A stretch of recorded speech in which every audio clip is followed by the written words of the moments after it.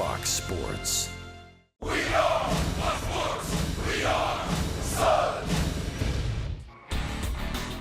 Last night, Nathan Eovaldi made his much-anticipated return to the mound, and he did not disappoint, throwing 6 innings of no-hit baseball as the Rays won their 5th consecutive game. Today in Oakland, the Rays look to continue their power surge in the Bay Area and complete the series sweep.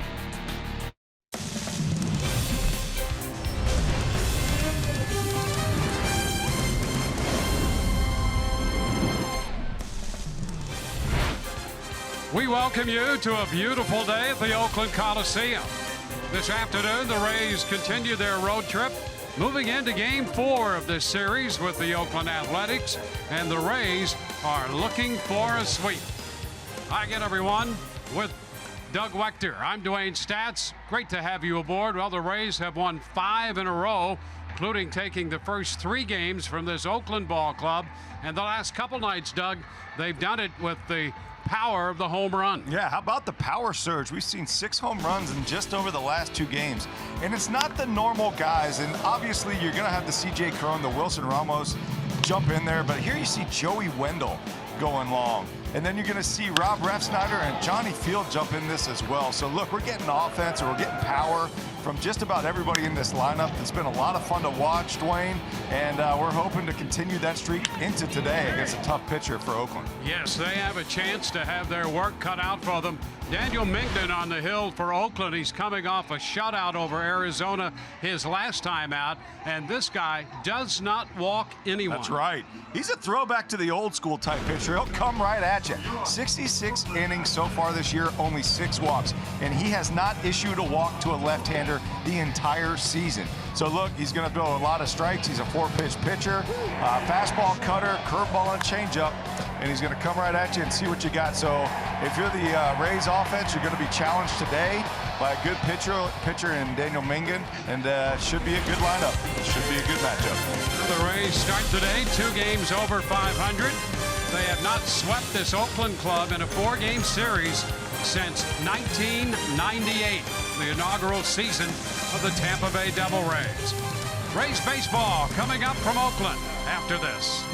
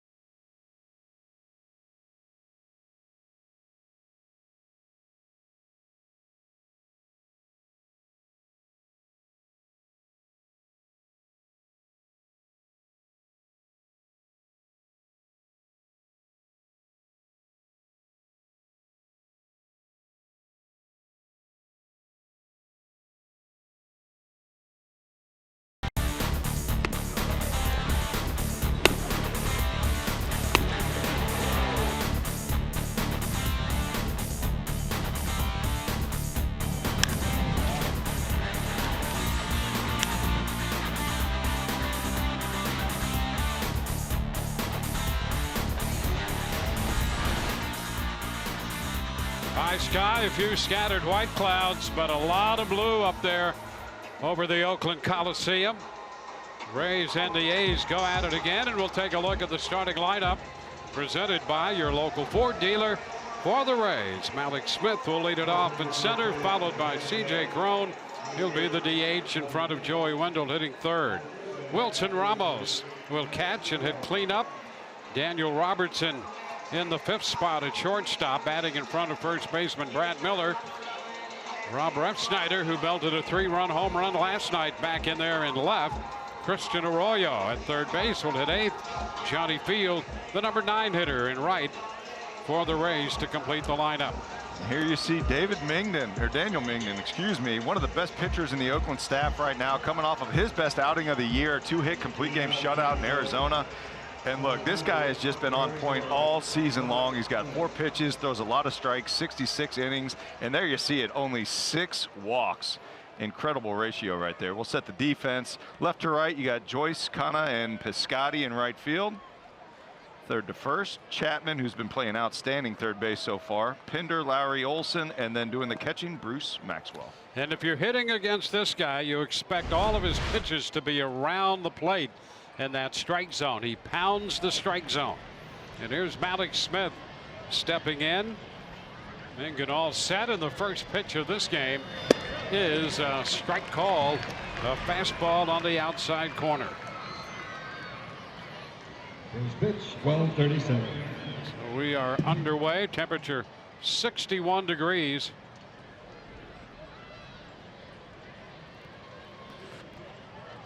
Hey.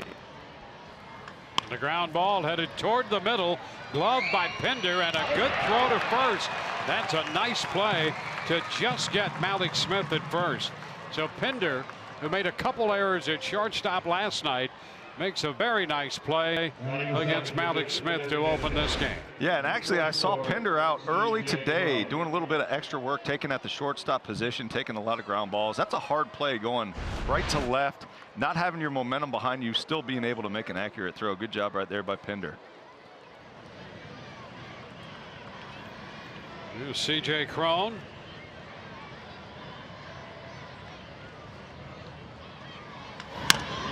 Chops this one to short. Pinder's throw is in time. So 3 pitches, 2 outs. These hitters know he is around the plate. Right, and you know, that's a good point. When you go up there as a hitter and you know the guy is going to be throwing a lot of strikes, it's almost like, well, you might as well swing early because it's going to be a strike either way. So if it's a good pitch to hit, come out aggressive. Well, you look at his numbers overall. Opposing hitters batting .228 against him. When they put the first pitch into play, they're hitting .321. Wendell takes this pitch, and that's a strike. I still can't believe, I read the stat that he has not walked one left-handed batter the entire season. It's amazing, isn't it? This is his 12th start. Well, he's walked 6 all year. And now 67 innings. And he gets a strike on the inside part of the plate here. And look at that. Fewer than a walk per 9 innings, 0.81. Miles Michaelis of St. Louis at 0.95. Mingden topping that list.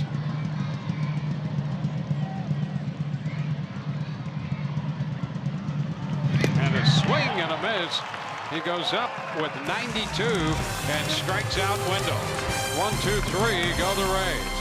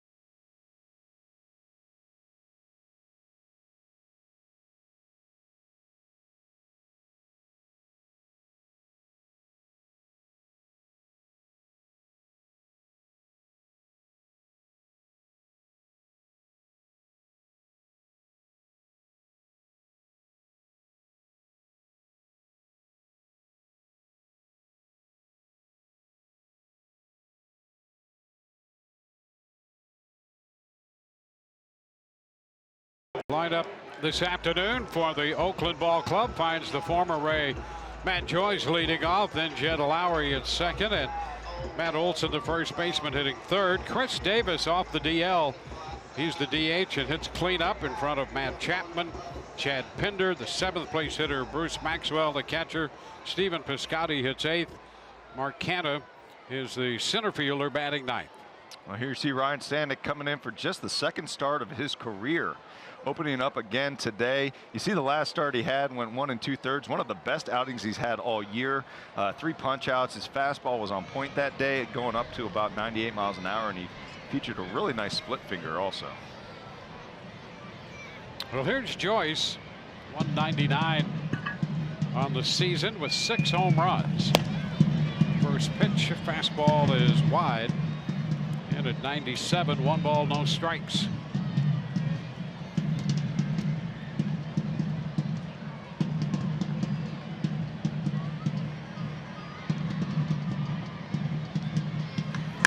High fly ball lifted into center. That will be from Malik Smith. Looking into the high sky, and that's the first out. Go ahead and set the defense here for you. The Rays left to right, Ref Snyder, Smith, Johnny Field, right fielder. Third to first, Christian Arroyo, Daniel Robertson, Joey Wendell playing second base, Brad Miller over at first base, and your catching duty belongs to Wilson Ramos. Well, here is Jed Lowry facing Ryan Stanek. Stanek's last outing came Monday, the back end of the 13-inning game, and he picked up his first big league victory. Johnny Venters came on to get the final out to post the save. 1 strike the count. So from relief work to pre-leaf work here as the opener today. Yeah, think about his last 3 games. It's a ball wide, 1-1.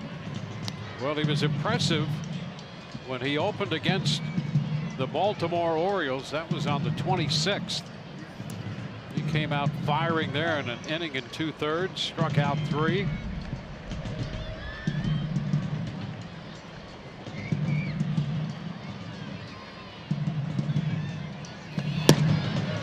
It's wide, 2-1. Showing a lot of versatility, which is obviously extremely important when you're in the bullpen. You want to be able to show the skipper and Kevin Cash that you can take the ball at any point in time. Now, most of the time you wouldn't think it was going to be in the first inning, but you know, obviously with the Rays and how creative we've been this year, that's what we're asking him to do, and he's done well so far with it. And a strike, 98 on the corner away, 2-2. Well, Lowry has been the best hitter in this Oakland lineup, and in this series has started to hit again. He got off to a very hot start, got cold for a bit, and in this series the bat starting to be good for him again. Fouls this one away, holding the count at 2-2. That one 99. You see the big power coming out of Stanek right now. He's got that huge fastball. If he's able to locate the fastball, and another key for him is going to be the split finger, the secondary pitch. If he can get that secondary pitch where he wants it, and the guy has unhittable stuff. It's just keeping it where you want it.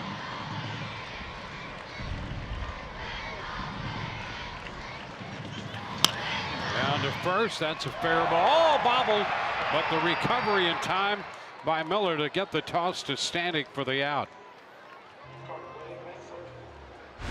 We'll take a look at the Stanek in that outing against Baltimore. Yeah, you see the power fastball, riding it exactly where he wants it. He's going to be up a little bit, but that's for effect. Then he comes behind that power fastball with the split finger right there, striking out Manny Machado.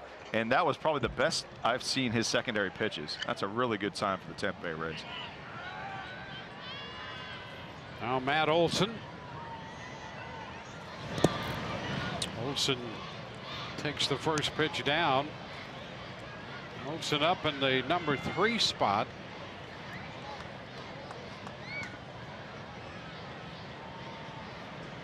He had cleanup in last night's game. Hit 6th in game 2 of the series, and a major league popper into shallow left Ref Snyder coming in from left to take care of that. And it's a 1-2-3 first inning for Stanek. On to the second.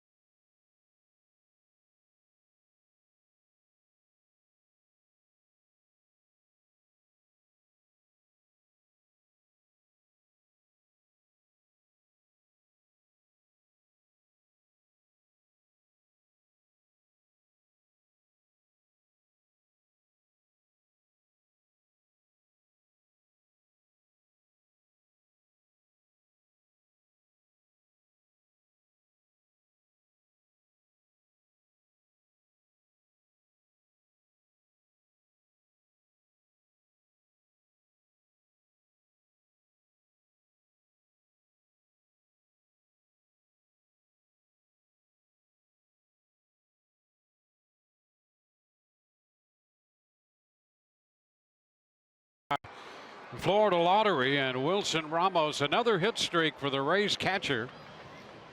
A 10-game hitting streak. He's batting .432 during that stretch, and he's in here against Mingden, who had a very quick first inning. A 6-pitch first, a 1-2-3 first for the Rays. 1-0 the count here to Ramos.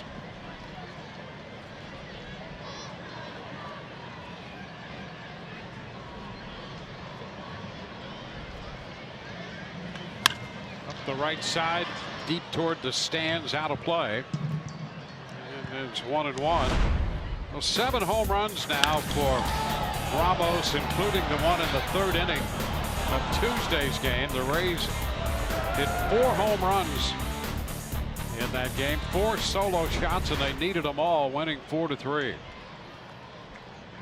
Ramos was the third of 3 successive home runs. Ground ball up the middle, backhanded by Lowry with a lot of time, and he throws out Ramos. So Ramos making a bid up the middle, but not hard enough to get it through. Well, you see what Ramos does so well. He hits it back up the middle, and you know the ball was pitched directly down the middle, so it was a good job of hitting the ball where it was pitched to him. And just unfortunately for him, the A's had him play perfect. Lowry making a good play, off balance throw, still throwing a strike over to first base. So Mingden will now face Daniel Robertson. Robertson hit what turned out to be the difference maker in that game when the Rays hit all those home runs. He hit a home run in the 9th inning, and the Rays hung on to win it 4-3. His home run made it 4-1. Oakland with a couple runs late. The Rays held on to win it. So the Rays with this winning streak coming into this one. A strike the count to Robertson. Ground ball third. Chapman throws a strike across to Olson. So a couple ground balls. So 5 outs, 4 on ground balls. Mingden's ground ball rate is a little over 39%. And he's a guy, we have talked about pitchers working quickly. Yep. He does. Absolutely. Absolutely. He gets the ball and goes, and he's on the same page with Maxwell as catcher, and it just seems like he doesn't even have to shake him off ever. You know, he's crisscrossing the play. He has 4 pitches, but it seems like they're both so locked in with the game plan going into the day. A ball, no strikes to Brad Miller. How about the delivery? You know, in a day and age when everybody's simplifying things and working from the stretch, it seems, They minimize the mechanics of delivery. This guy is absolutely old style delivery. Absolutely. And you know what's funny about that is typically you minimize the delivery to make it more repeatable so you can throw more strikes. So now you're seeing Mingden doing almost the opposite. He's got a lot of moving parts here. He's almost got a pause right at the top of his delivery. And typically that means it's harder to repeat, but instead, you know, this guy's throwing strikes just about every pitch, wherever he wants it. He's got 4 different pitches. He's moving around. He's throwing inside a lot, which a lot of pitchers aren't doing that much of anymore. And he is a throwback. He's a throwback style pitcher. Now it's 2-2 to Miller. Well, I guess if you could throw inside, you'd want a guy with great control, great command, and he seems to be that guy. Yeah. And you said control and command, and I love how you're able to use both of them because there are 2 different things. You know, control to me says you can throw strikes, but that doesn't mean you're throwing strikes within the zone. It just means you're just throwing strikes and not balls. Close right there, down, fastball, 94, and that's about, in the handful of pitches we've seen, his top velocity so far. He averages around that 93, 92, maybe 92 and change. Full count now to Miller. And a liner base hit into shallow right center. Canna up with it out there, and Miller is aboard. Rays pick up their first base runner. Well, we were talking about the difference from control and command. Control means you can throw strikes and you don't walk people. Command is throwing strikes within the zone where you want it. This is the first time we've seen Mingden today not command his changeup. Instead, he leaves it up in the zone, throws it pretty much right over the middle of the plate, and Miller does a great job of staying with it and driving it right back up the middle. Rob Refsnyder, who drove one out of here in the 3rd inning last night, a 3-run home run. Shortens on the bat. That pitch is in there for a strike. Refsnyder now hitting .207.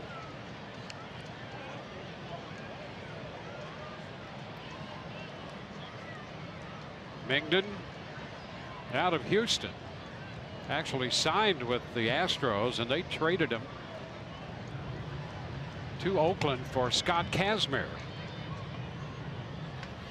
That's a soft little liner caught by Olson at first, and the Rays are out in the 2nd. No runs a hit, 1 left. Bottom of inning 2 coming.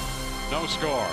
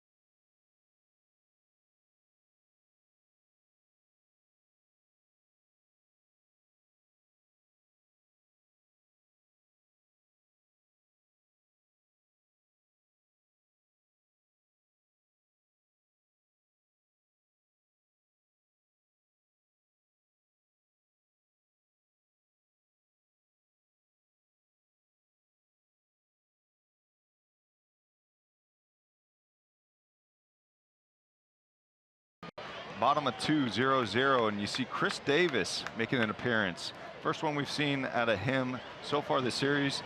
And you see the power surge. Here's a scouting report for him. Back-to-back seasons with over 40+ home runs. And then you see the health factor. You know, he's just coming. This is his first day being reinstated off the 10-day DL. He's missed 9 games. So obviously he's got to stay healthy to be out there and help the team. But his 13 home runs are huge right now for the struggling Oakland A's offense. Yeah, the offense has been on life support here recently. A high fly ball into right center field. He gets great carry out there, and this one is off the wall. Field with the pickup on the carom, and it's a double. That is pretty much typical of the kind of carry Davis gets to right center. He's amazing that way. Yeah, and we talked to a couple people coming into the series. We've seen them before. Just so strong, especially going to the opposite direction. You see the wind's blowing a little bit out that way, but if you watch him during BP, his ball creates so much backspin. His swing creates so much backspin. It carries so far. And here you see just an elevated fastball, 4-seam fastball from Ryan Stanek. And look, Chris Davis wasted no time off the DL coming out swinging. Here's Matt Chapman. Chapman with 8 home runs and 22 runs batted in. The pitch is a strike to him. Chapman right now 3 for 33 on their homestand.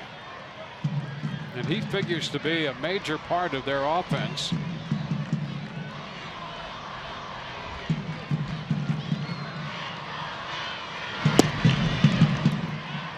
One.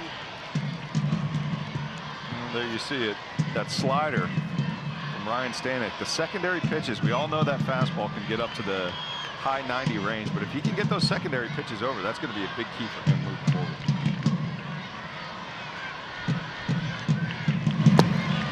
Pitch is down. Yeah, that's something that when he went to AAA, they were hoping that that's a pitch he could refine and make a bit more reliable. First thing, obviously, that jumps out about him is the big arm and the high velocity. Ground ball third. That's a fair ball. Throw is in the dirt. Miller tries to scoop it and cannot come up with it. Davis remained at second base on that ground ball to third, and Chapman is aboard. Yeah, you know, I don't really understand why Davis remained at second base. Well, as it turns out, that's a foul ball. Oh, okay. We're waiting for Scott Berry to make a call. It was close down the line, and so the Rays happily yeah absolutely we'll tuned take in that on that delayed call. So it's a foul ball. Well, I was just looking at Chris Davis. He didn't even move, and you know everybody else is finishing out the play. Before we all did. Fly ball into center. That'll be caught by Malik Smith. A tag, but no attempt to advance as Chapman is retired, and Davis remains at second base. Well, the Rays did the right thing on that ground ball by Chapman. No one made a call, and you're not going to be the umpire. So Arroyo went ahead and made the throw. Fortunately for the Rays, it turned out to be foul at some point. Yep. And now here's Chad Pinder with one out and a man at second. Yeah, the old just in case play.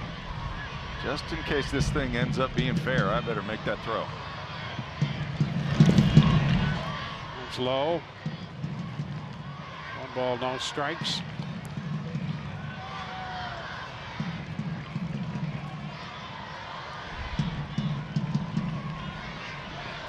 Stanek trying to pitch around the leadoff double. The Rays start to get some action in the bullpen. The foul ball slicing into the stands. It's 1-1. Well, we knew we had a good chance of seeing Ryan Yarbrough today, and wonder if they're going to do straight matchups with Bruce Maxwell, left-hander, coming up next.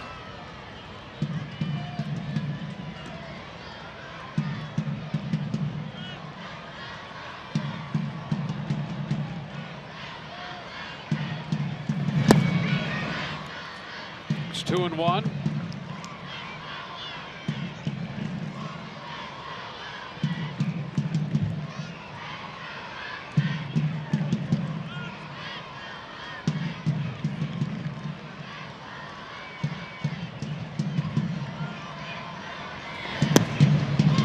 pitch is down. Pinder wanted bat against Stanek in his career, and that turned out to be a home run.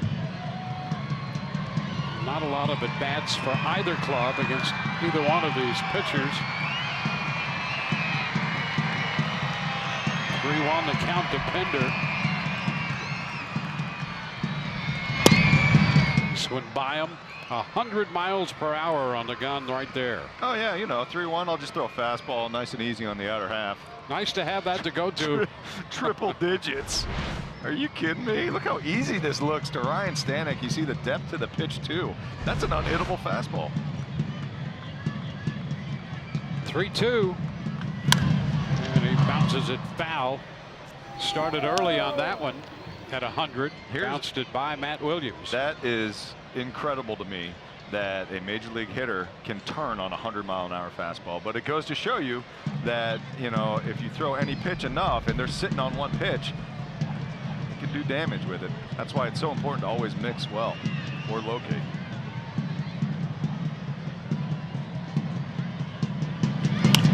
The right side, foul ball toward the bullpen, and a great effort by Miller with all this foul territory. But he could not catch up to it. It looked like he had a chance there for a second. You see all this entire foul territory right there. That is a ton of room for Miller to work. Just unfortunately, the ball was just out of his range. You know, with all the wind going on today too, Dwayne, it'll be interesting to see how the outfielders have to adjust. We've already seen Malcolm Smith have to make a couple plays. High pop flies. And that one just missed. So ball 4, and Pinder is aboard. Double by Davis. Now the 1-out walk to Pinder. And Kevin Cash takes a walk toward the mound. Bruce Maxwell due, and the Rays will now go to the bullpen and summon Yarborough. Call to the bullpen brought to you by the Florida Lottery.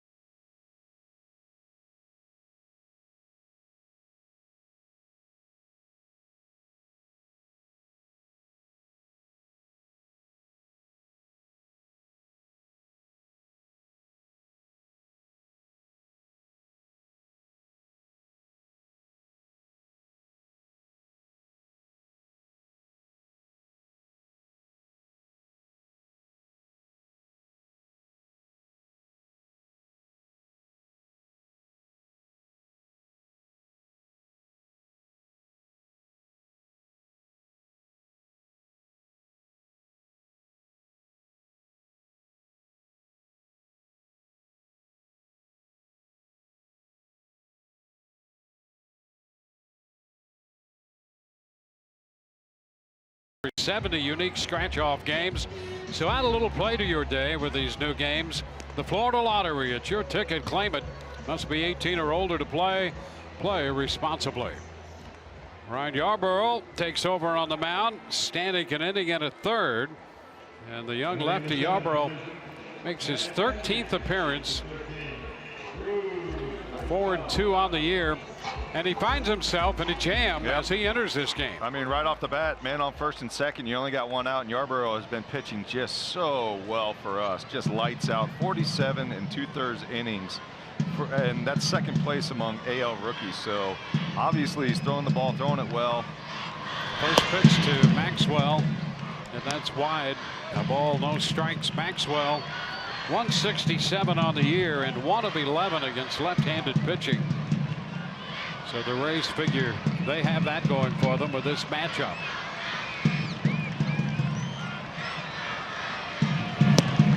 It's 1-1.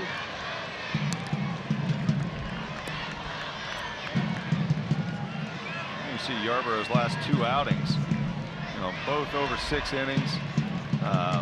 Really the one The 7-inning outing versus Baltimore was the most impressive to me. You see 0 walks, 8 strikeouts. Every single pitch he had was on that day. He was living on the corners. Wide there, 2-1. I thought the interesting thing that you heard from Baltimore hitters about Yarbrough is that fastball plays at a higher velocity than the gun reading. Right, and he's got a little bit of a deceptive delivery, but he mixes his pitches so well. The fastball actually jumps on you. 2-2 now. Maxwell swinging through that one, chasing a bit. Dwayne, you were talking about working fast. Ryan Yarbrough, I love his tempo, and he sets it the same every time he's out there. A lot of strikes. Give me the ball. I'm getting right back on the bump. I'm going to do it again. 2-2, and he strikes out Maxwell. Lefty on lefty. So Yarbrough gets the second out of the inning, striking out the first man he faces. There you see it. Little slide piece on the outside corner. Great job by Ryan Yarbrough making it look like a strike, and then all of a sudden disappears on Maxwell just at the last second. Yarbrough picking up exactly where he left off last outing. Here's Stephen Piscotty, the right fielder. 2 men on, 2 men out. Piscotty lines it toward the corner and left. Refsnyder's going to have to go get it. Davis will score. They're going to wave Pender around. He will score. It's a double for Piscotty, who jumped on the first pitch. And Oakland breaks out in front with the 2-run double. Well, how about this? 3 of Piscotty's last 4 hits have gone for doubles. So now 4 of his last 5 have gone for doubles. Here's the first pitch changeup by Ryan Yarbrough. Elevated up in the zone, just caught too much of the plate. Piscotty was able to stay on top of it, turn on the ball, keep it fair, and deliver for a 2-run RBI double. So the runs charged to Stanek. That'll clean the slate on him. Here's Mark Canha.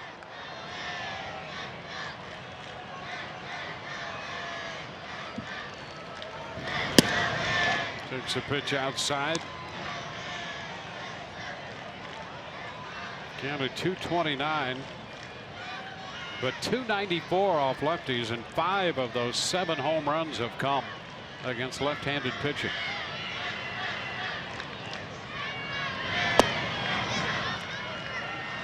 Two and nothing.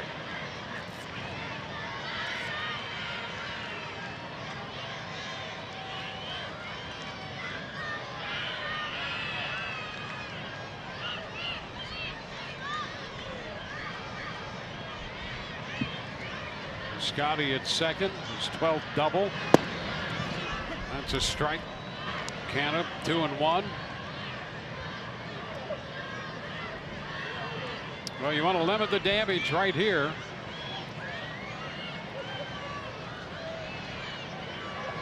Particularly with the way Mingden has been pitching as of late and what we've seen through the first couple innings from him. Well, you're not 2-2. I mean, Mingden, you know, coming out here, and he's as advertised, throwing a lot of strikes, getting a lot of quick outs, just continuing to roll. He's coming into today's game 17 straight innings scoreless. So you know, as the Rays go in here, we know we got to keep this to a low-scoring game to keep ourselves in this and give ourselves a chance.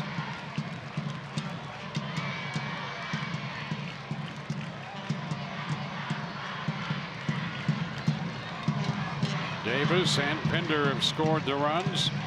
Scotty at second. 2-2 now on its way. And we have another full count. 3-2.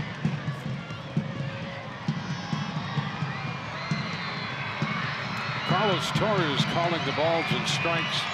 And he's about even-handed with the league average.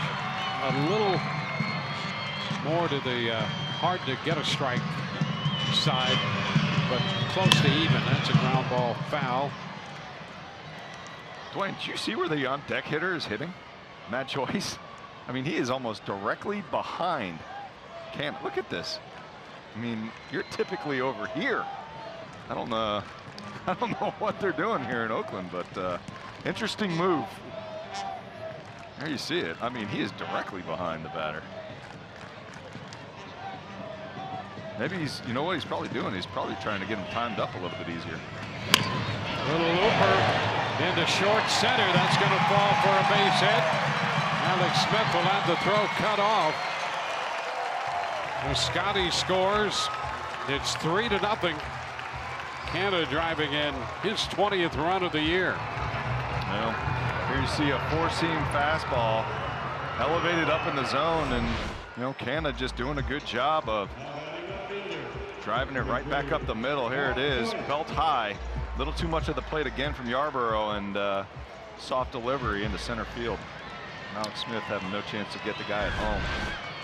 Well, the mixture of a walk, couple doubles, and a single. 3 runs are home. Here's Matt Joyce, the top of the lineup. It's a strike.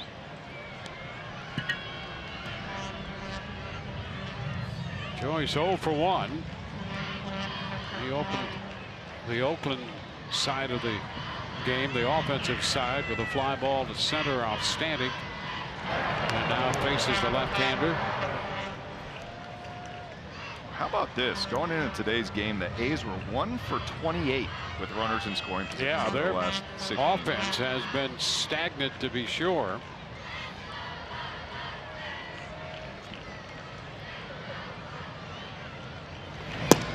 Pitch is a bit wide, breaking off the plate. And they particularly had trouble here in their home ballpark. The last 14 home games, they were hitting a grand total of 163 here. Tapper foul. 1-2. Now the Rays will have to play a little catch up, with Oakland putting 3 on the board in the bottom of the 2nd inning.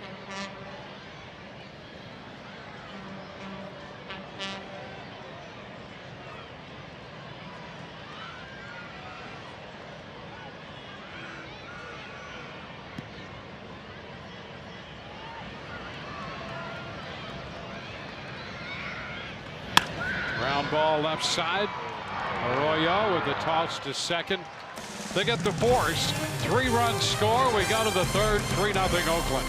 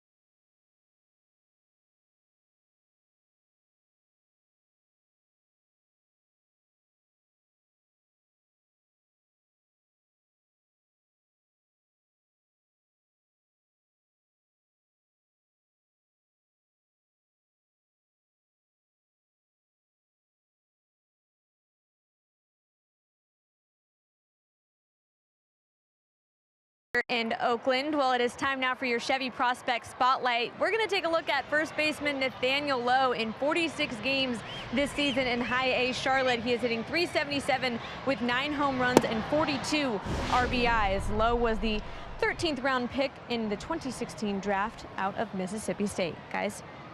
All right, thank you very much. As we go to the third, Christian Arroyo has taken the first pitch for a ball. 1-0. This one chopped out to second. Lowry with a routine play. And Mingden sets a rapid pace. Goes about his business quickly. Well, one thing you were hoping is that it was a long inning and Mingden was sitting that entire time, thinking maybe he comes out there a little bit rusty, a little bit shaky, but not so fast. Johnny Field hitting .264. Had a big night last night with a double and a home run, his 5th home run of the year. Shortens on the bat, and that pitch is a strike. Boy, Mingden doesn't do a thing except throw strikes. Here's a guy, Mingden went to Texas A&M and showed up at A&M as a catcher. Oh, nice. I didn't know that.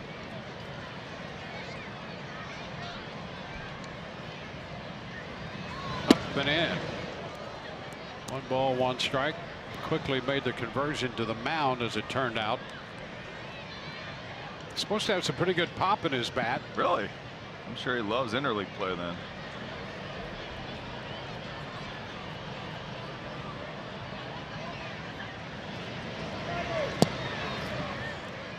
And the breaking ball misses. Well, I'll tell you, I mean, there is a no contest that he has the best mustache in the big leagues right now. Well, there's a long tradition of that here in Oakland.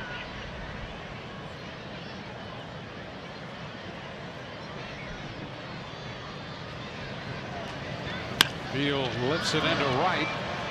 Scotty is under it, makes the catch. 2 gone. Our Toyota inside look. Boy, how about this company he's keeping? You look at the names on there, and how about Blake Snell being on that list? Justin Verlander, if you've read any article on what he's doing this year, I mean, he is pitching just lights out. At his age, as good or better than he's ever been. Yeah, exactly. And his stuff is back to where it was, 5 years ago. But Mingden, boy, right at the top of that list. There's a bunt by Malik Smith. Mingden with the pickup and fires a strike to first base as well. And Smith is out. The Rays are up and down 1-2-3. They trail 3-0.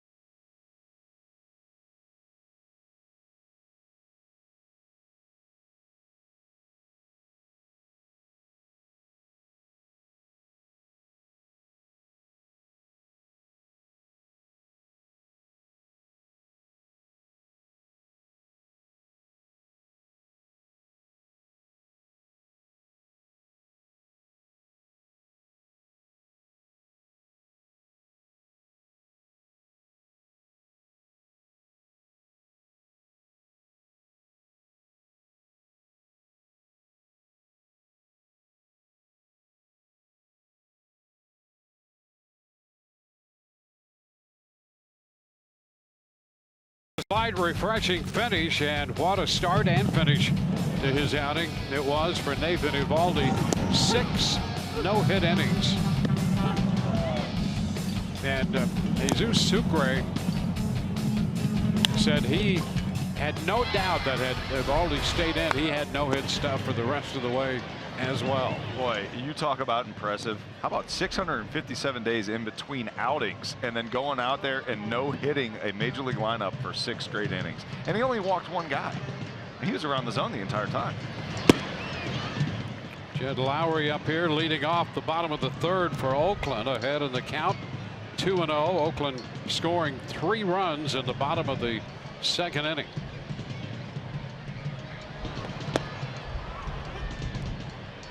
Two and one.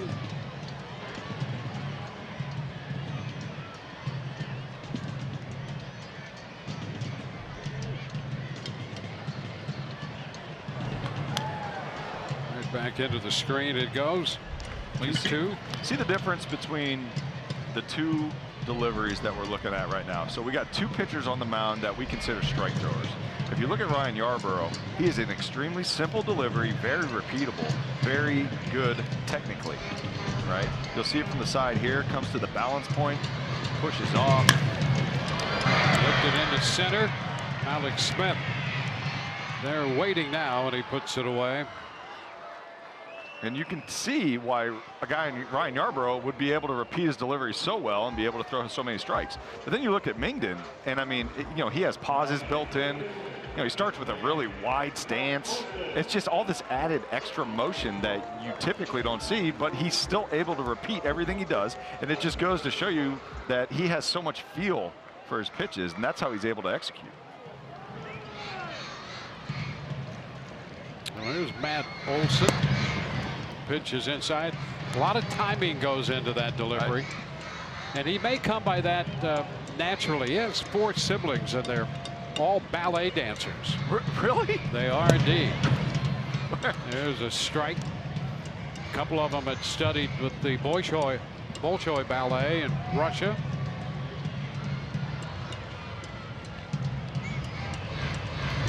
It's foul back, 1 and 2. So if you talk about timing, pitching and ballet, yeah, there are some similarities. You're no kidding. You got to have balance. Well, I'm trying to figure out how you come up with that information. Doing your homework, Dwayne, on a day game. The swing and a miss. Olson out in front. Olson chasing that pitch, breaking down and away. Strikeout number 2. No. Well, they went to school, those siblings, in Sarasota at the ballet school down there. And I think one of them, his youngest sister, Gabrielle, is still enrolled there, if I'm not mistaken. No kidding. There's Chris Davis, the pitch away, 1 ball and no strikes. Well, you got to be talented to be, I mean, athletically talented to be in the ballet. That's a strike, 1 and 1. I have a tough enough time just, dancing at weddings. Just dancing. That's as far as I'm concerned. General. That's right. There are times when people would ask you just to stop, please. Yeah, okay. We get it, Doug. Out of play, 1 and 2, and so I guess the Boston Ballet would be out of reach for us. Yeah. I'm not even sure they would sell us a ticket. No, no, they don't want me anywhere around that. Absolutely not. A couple of them perform for the Boston Ballet now.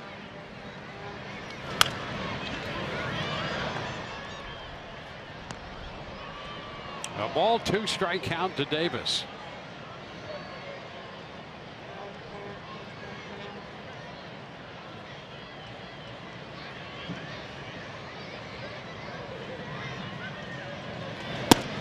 Upstairs, 2 and 2.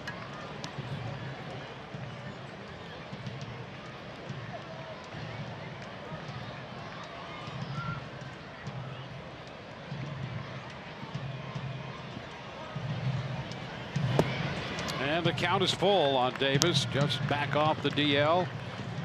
and already has hurt the Rays with a leadoff double and a run scored in the second inning.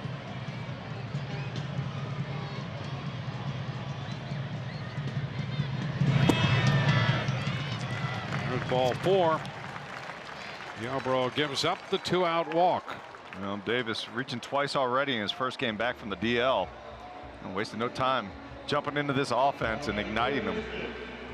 See what they've been missing over the last 10 days. You know, Davis isn't a huge average guy. He's going to be sitting around 230, 245 over the course of his career. That's kind of what you see. But the fact that he's able to launch just at any point in time, you know, coming off of 2 straight seasons with over 40 home runs, you know, he's a big threat.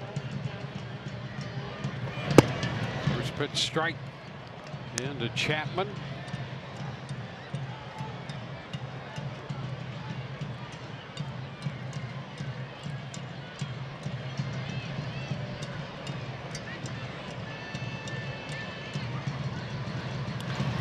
Down to third, and that gets beneath the glove of Arroyo.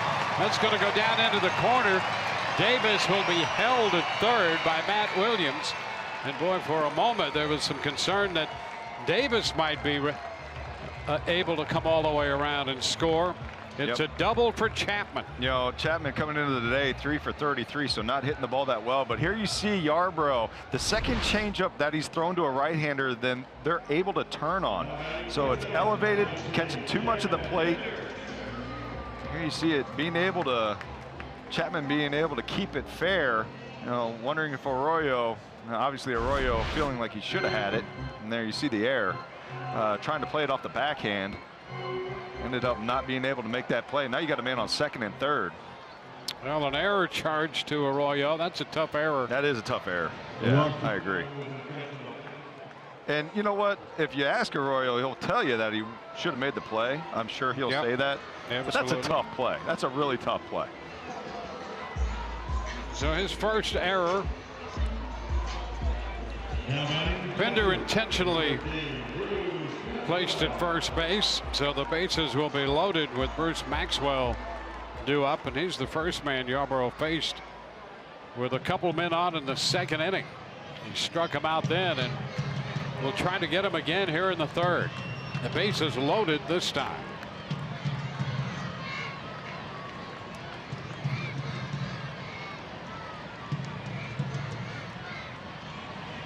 First pitch is a strike call. Oakland 3 runs, 3 hits.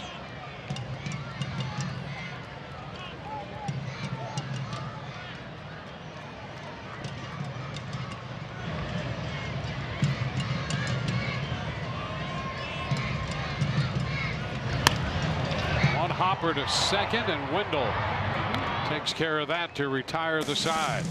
They do not score and leave the bases loaded. Crone will lead off the 4th.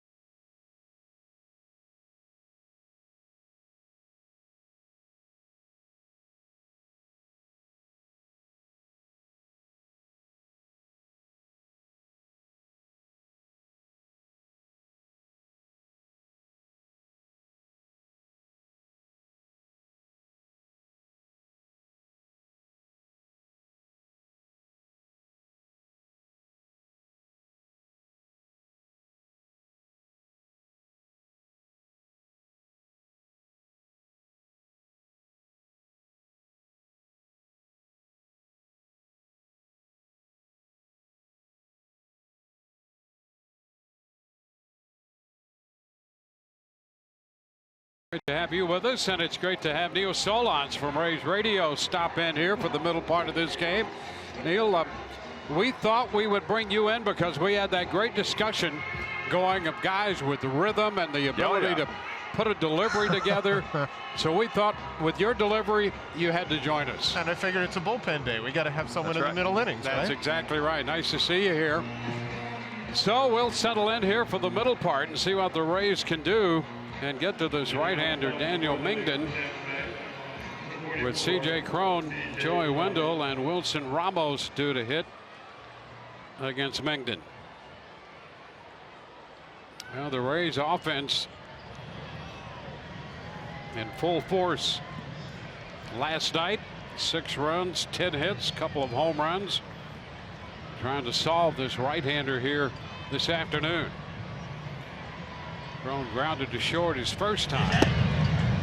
And the pitch is a strike.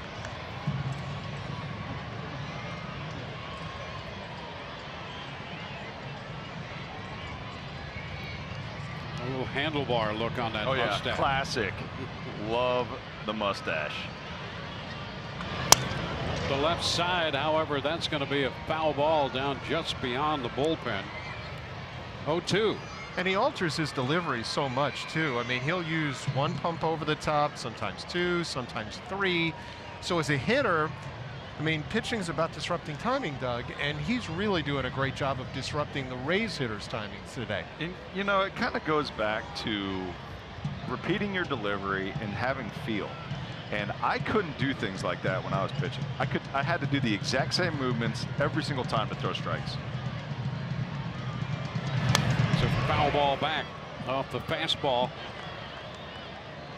And that delivery can be deliberate. And then that fastball right there, that fastball was on the hitter quickly. Yeah, I mean, you know, a lot of times you see like Hideo Nomo would be very deliberate in his delivery, but then all of a sudden at the very end, just the ball would explode out of his hands. And, you know, Neil's talking about disrupting timing. That's exactly what Mingden is doing. You're right on, Neil. I mean, look, he varies so many different things, varies so many different looks. And he also varies so many different pitches, and he throws them all for strikes. That's why he's been so successful this year.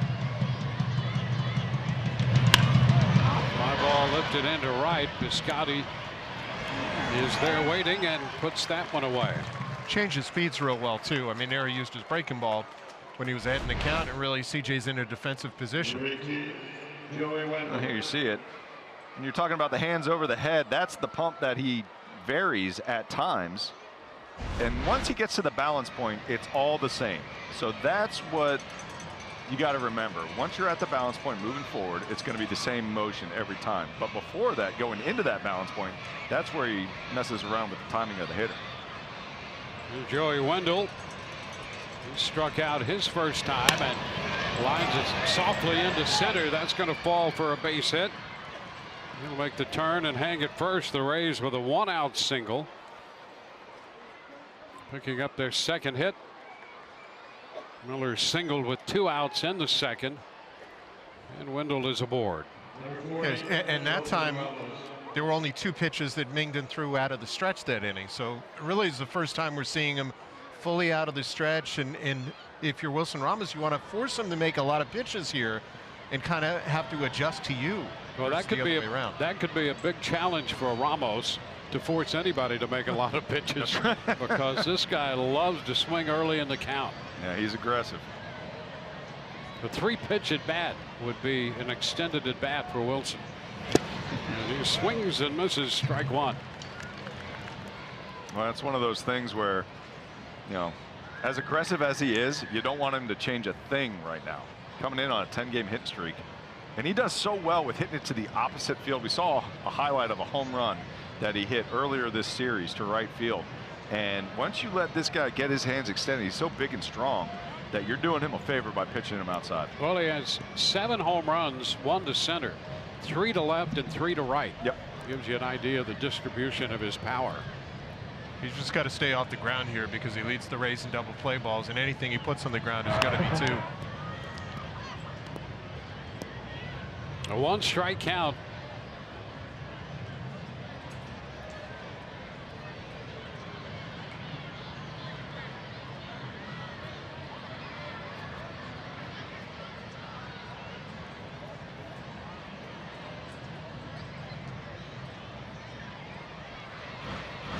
into the dirt. This one bounces past Maxwell. Well, so much for the potential ground ball double play possibility there on a wild pitch uncorked by Mingden. That's the 5th wild pitch he's thrown this year. And the Rays get a man at second. Wendell in scoring position now for Ramos. One the oddities on the A's staff is the fact that they're at the top of the league in wild pitches, yet they don't strike out a lot of guys. So they're not throwing. You would figure guys get strikeouts and throw a lot of wild pitches too. Yep.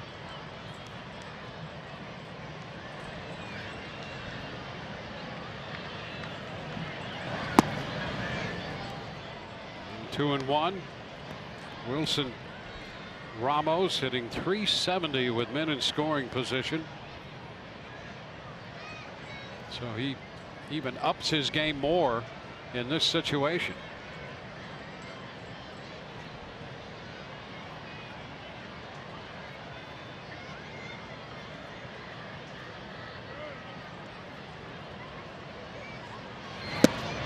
And a good take down just below the zone. 3-1. See, he can be patient. 75. He did swing at the first pitch, but yes, he is working the count now. I think the best thing about him with guys on base is he doesn't strike out a lot either. He cuts down on his swing a little bit when he gets guys in scoring position. Nice lead by Wendell off second. And there is ball 4. And he took that pitch a little bit outside to draw the walk. And a couple pitches here by Torres to show you his propensity to make you throw a strike. Yeah, look at that. Boy, if I'm Mingden, I'm wondering where that pitch is, but I love it. Ramos had zero hesitation. You know, Ramos thinking, oh, that's way off the plate. I'm going to first. So 2 men on for Daniel Robertson. Robertson playing against the team that drafted and signed him.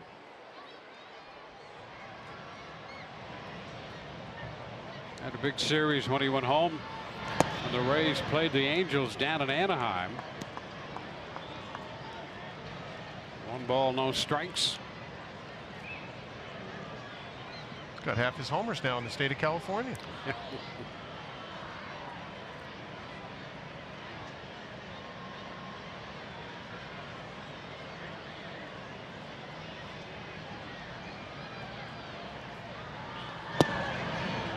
Checks on the pitch in. That fastball up but in off the plate, and Robertson is ahead in the count.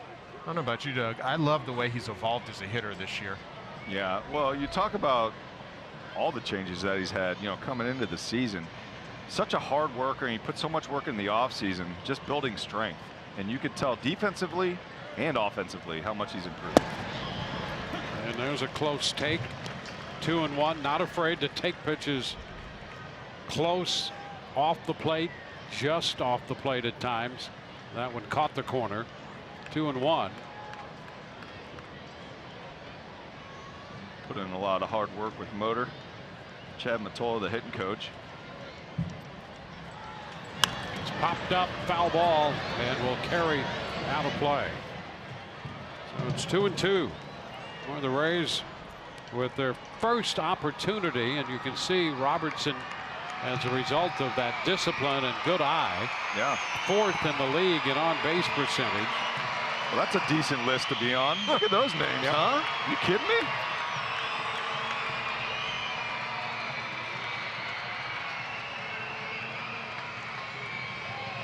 Robertson battling Mingden here.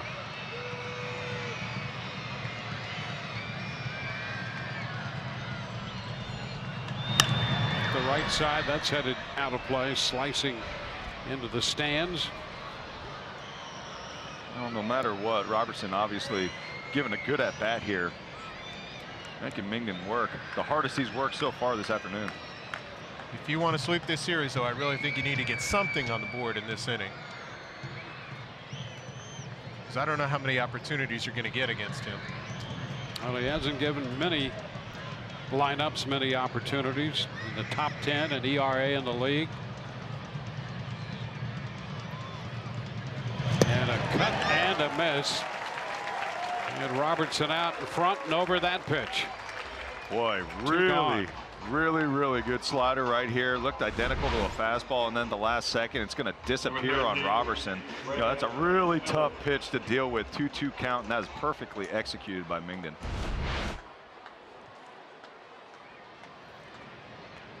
So Robertson out number 2, and it will be up to Brad Miller if the Rays are to get anything here in the 4th.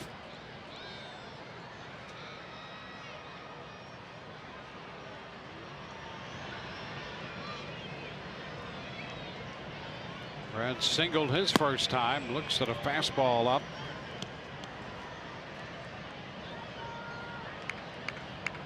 Talk about the pitch count for Daniel Mingden. You know, we were going over some of the numbers. Out of the first 10 outs he got, 8 of them were on 3 pitches or less. Now that's efficient. Well, he had made only 26 pitches through 3 innings to start this game. Just misses there, and it's 2-0. There's the pitch count inning by inning.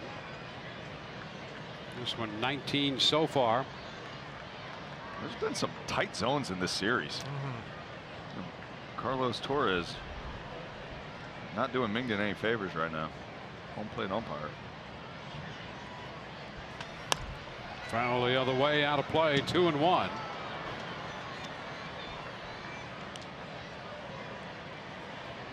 Rays wrapping up this series in Oakland. Trying to break through against Mingden.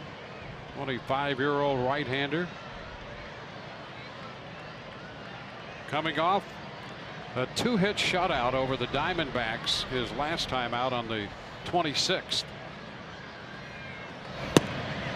Now a strike, and Miller's talking it over with Torres, wondering about the consistency of some of those calls. You know, honestly, that's a hanging changeup that looked more out of the zone than the fastball's down. So, you know, to me, it has been a little bit inconsistent today, and it's been pretty tight. This is where you'll sometimes see Mingden trying to elevate the fastball, and Brad can be susceptible to that. A 2-2 count.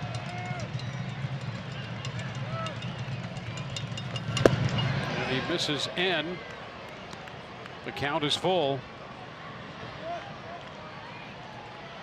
He sets up hitters so well. 2-0, he goes changeup down back to back and then pumps it inside with a fastball. I mean, he can go anything on 3-2 here.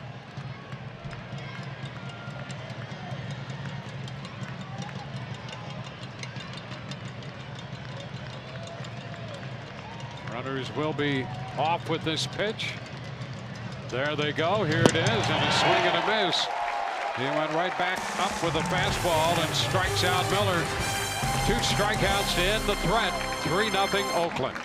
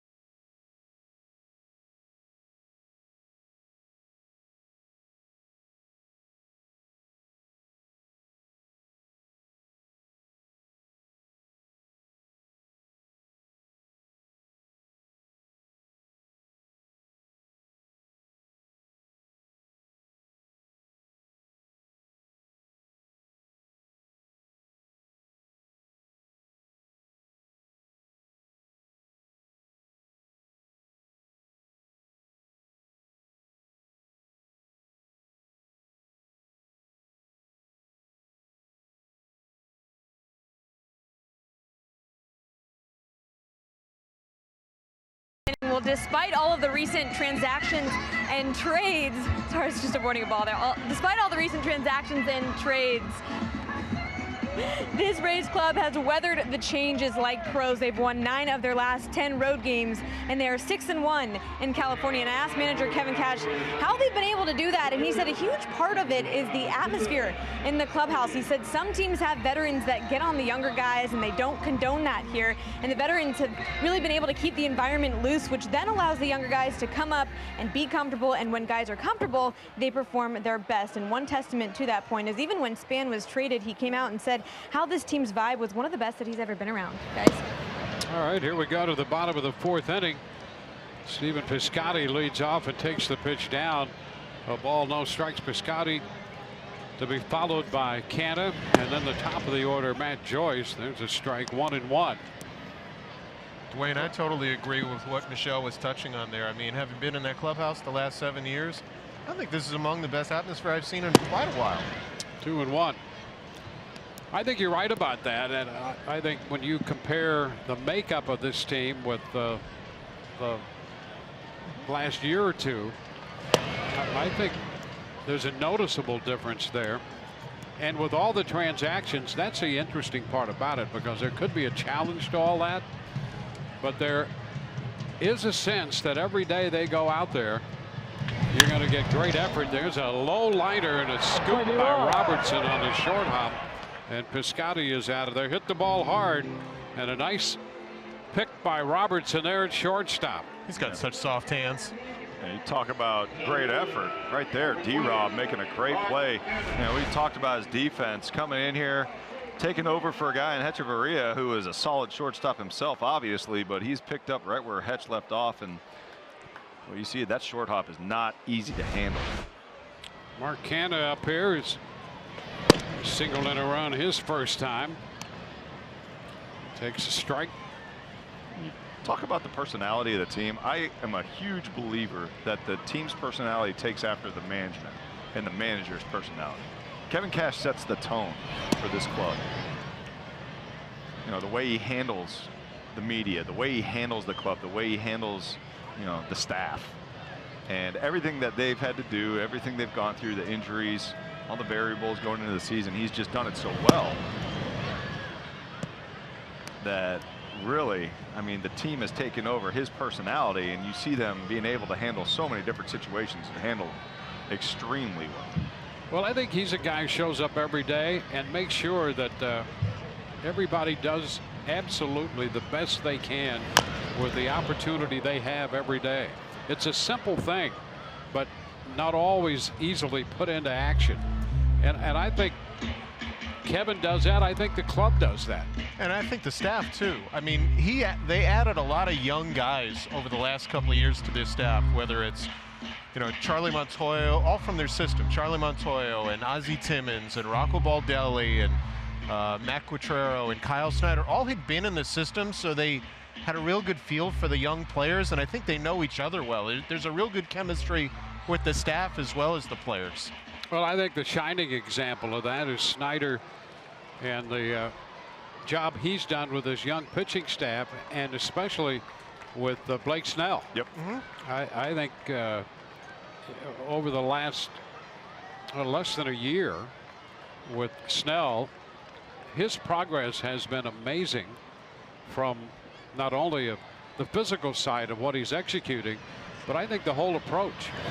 And Snyder's had a lot to do with that. There's a strikeout here for Yarbrough, his third since entering this game. Canada out on strikes with the second out. It's kind of why Kyle's a perfect guy for the staff too. I mean, it's not only Blake, it's guys like Ryan Yarbrough and Yanni Chirinos coming back from the DL, and all the guys we're going to see at some point this year, like Diego Castillo potentially out of the bullpen, and others. He knows them inside and out, both from a mechanical standpoint, but more from a personal and mental standpoint. Now Matt Joyce with the bases empty and 2 gone. Fouled out of play. Joyce 0 for 2, reaching on a fielder's choice. His last time at a fly ball to center to open the bottom of the first.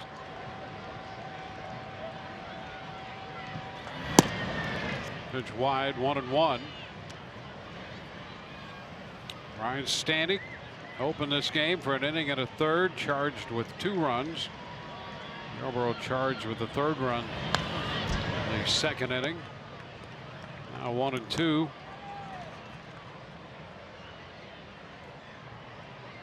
Rays 2 games over 500. They've taken the first 3 games of this series.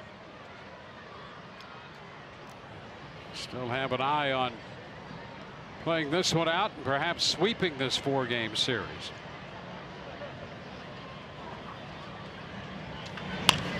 Just outside first, a foul ball.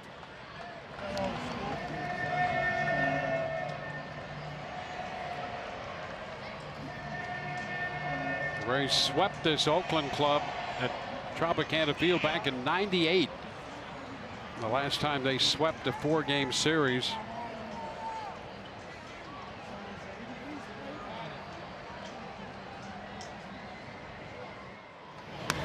Foul ball back. Tony Saunders, Roberto Hernandez, Wilson Alvarez, and Brian Ricard got the wins. I want to say 4-game series. Yeah, I want to say we saw every one of those guys. Maybe not Ricard. I don't know if he came back, but every one of those guys was back for the anniversary game. That's exactly right. Yeah. Yep.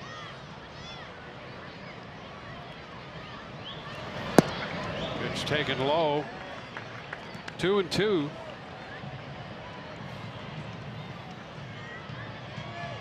Lowry on deck.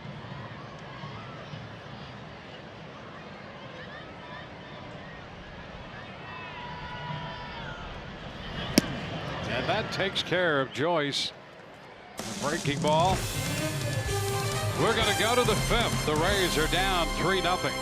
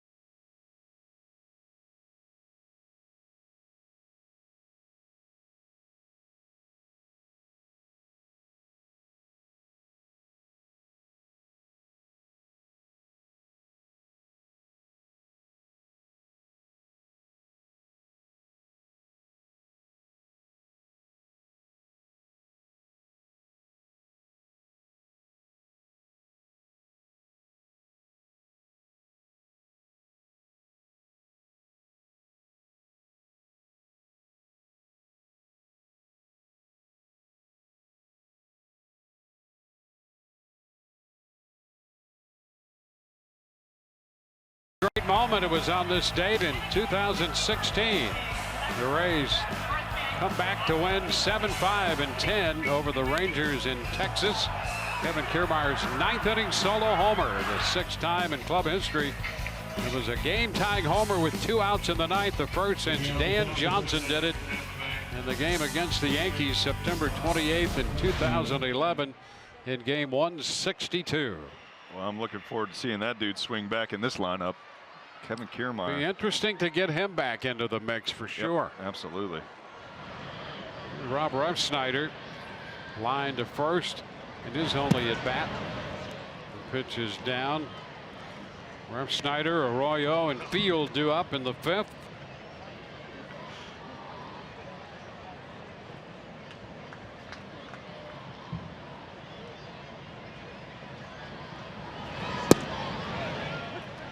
I think it's amazing that this team has been on the run they've been on without KK. The last couple of years when they were without Kevin for long periods, they really struggled. And I think it, again, shows the character of the group that they've done what they've done to get over 500. Snyder on the ground to third. Foul ball there, and it's 1 and 2. Well, there have been a lot of moving parts to this team. In the lineup, in the clubhouse, between AAA and the big club.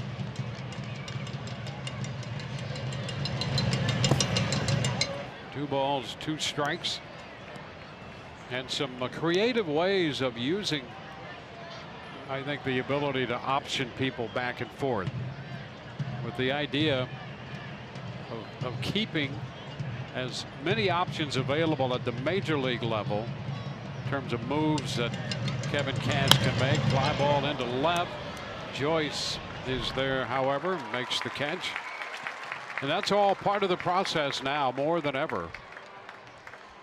I had a discussion with Matt Duffy about that the other day. He said, look, championship teams aren't built 1 through 25. They're built 1 through 40 and beyond. He said, you're really dependent upon how many guys you have. If you have a great team, look, Chris Davis, he misses the A's. He's out for 10 days and they can't score a run. They score 15 runs in 9 games while he's out. He said, you can't be dependent on 1 or 2 guys. And I think that's why the Rays have done what they've done. Christian Arroyo takes the pitch for a strike. The other thing they've done is try to build a system in the recent couple of years with moves to get young players who they had hoped would continue to progress. And we're starting to see, I think, the results of that approach to trying to build a team with that versatility and that depth in an organization. And I really think that idea has been with this club for a long time. They'd break camp with 25 players, knowing, you just knew that before the year was out, you were going to go deep into your own system and sometimes make deals to pick up guys who are going to help you beyond the original 25. Great to make the team coming out of spring training, but not a lot guaranteed there. Ground ball, Chapman at third as Arroyo's found that pitch in on him and he broke his bat. So 2 up, 2 down. I think no better example than the guy coming to the plate. I mean, Johnny Field was, when we went into Major League spring training, I really don't think he was that far on the radar screen. And here he is in a fairly regular role, at least, and performing extremely well defensively and against lefties at the plate. 5 home runs, including a home run last night. Fouls it back. Strike 1. That slider down the left field line. Yep, such a great job of keeping his hands inside that pitch. It was a hanging slider around 82 miles an hour. Johnny Field able to stay back, drive that ball into left field. Over out in the seats, make it a souvenir.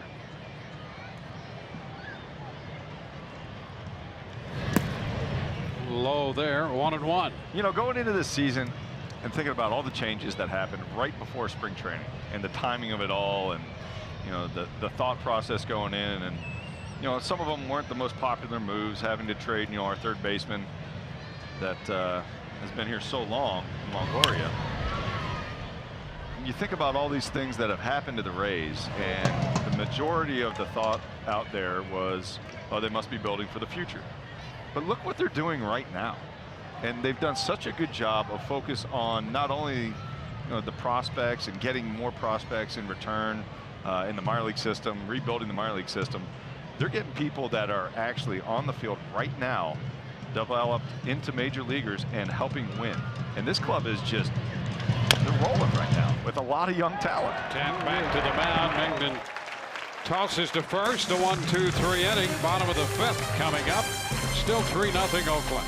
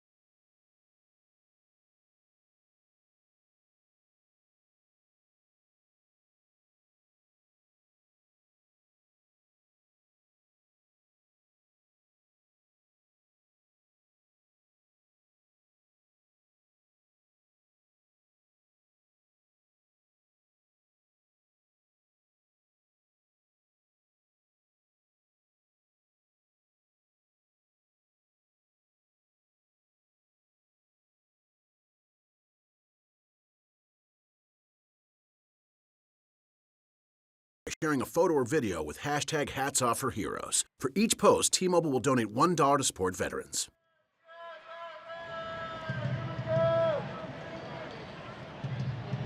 Ryan Yarbrough set to go to work again in the bottom of the 5th inning.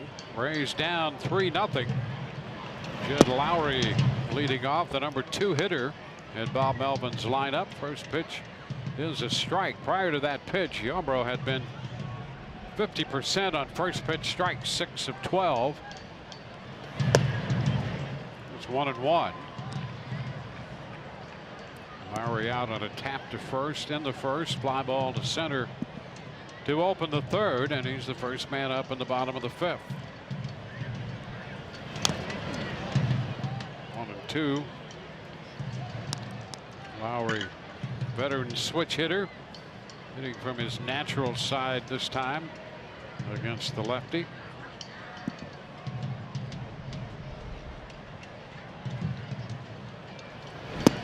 And he is out on strikes. What a great changeup right there from Ryan Yarbrough. You can see his tempo, and he just looks more confident on the mound this last inning.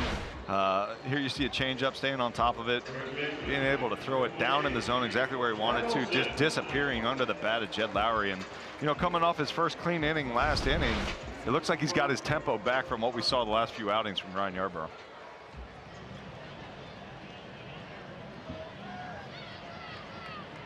Matt Olson. It's a pitch inside, 1-0.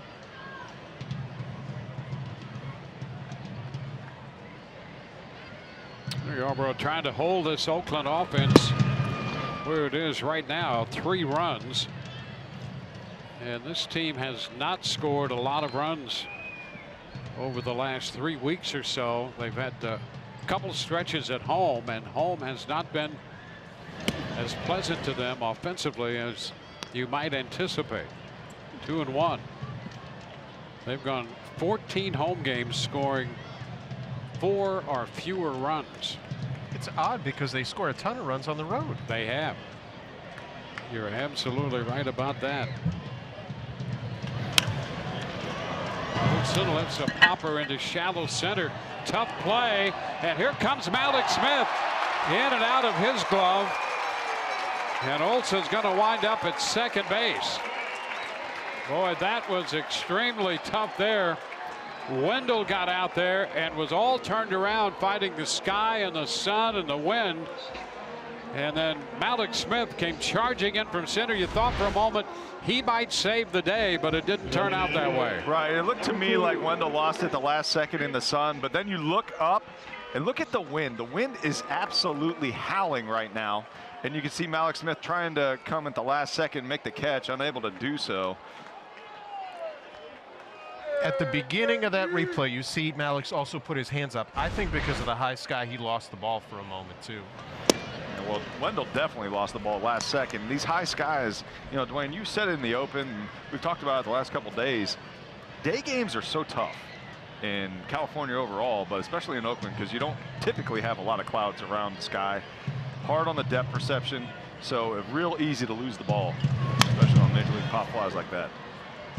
Now Chris Davis, their big run producer, just back into the lineup, and there's that high sky.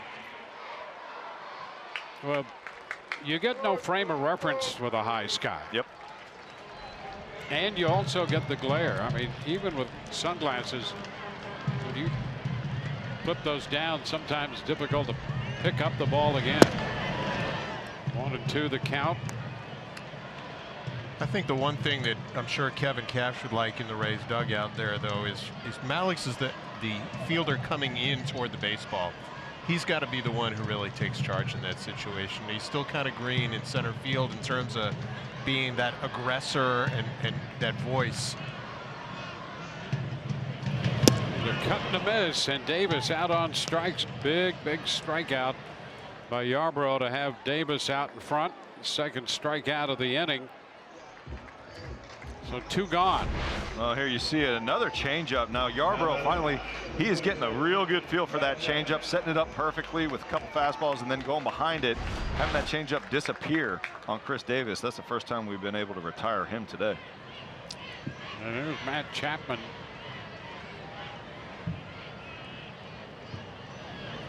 Ground ball headed up the middle, but Wendell is right there. The error does not hurt. Chapman is out 4-3. A man left, and we go to the 6th. 3-0 Oakland.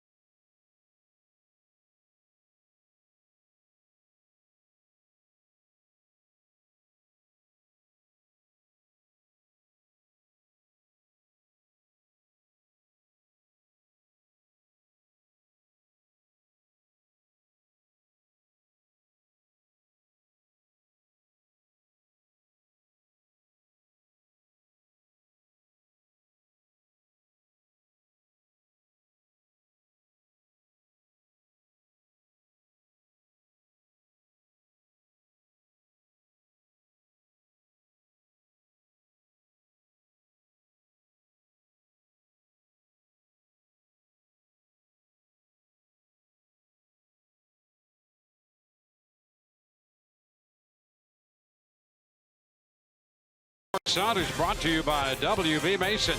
Who but W.B. Mason? By Publix, where shopping is a pleasure. By Sling TV, live TV you love, only better. And by Geico, 15 minutes could save you 15% or more on car insurance. Ball game moves into the 6th inning, top of the order for the Rays. Malik Smith goes after the first pitch and skies one into left. That'll be caught by Matt Joyce. And Malik's now 0 for 1. Malik's charged with the error on that ball in the bottom of the 5th inning. Neil, back to your point about the center fielder taking charge, coming in that case, all things being equal, the better angle on making that play. And you would expect a center fielder to take charge out there, but in reality what we've seen some start and stops by Malik's.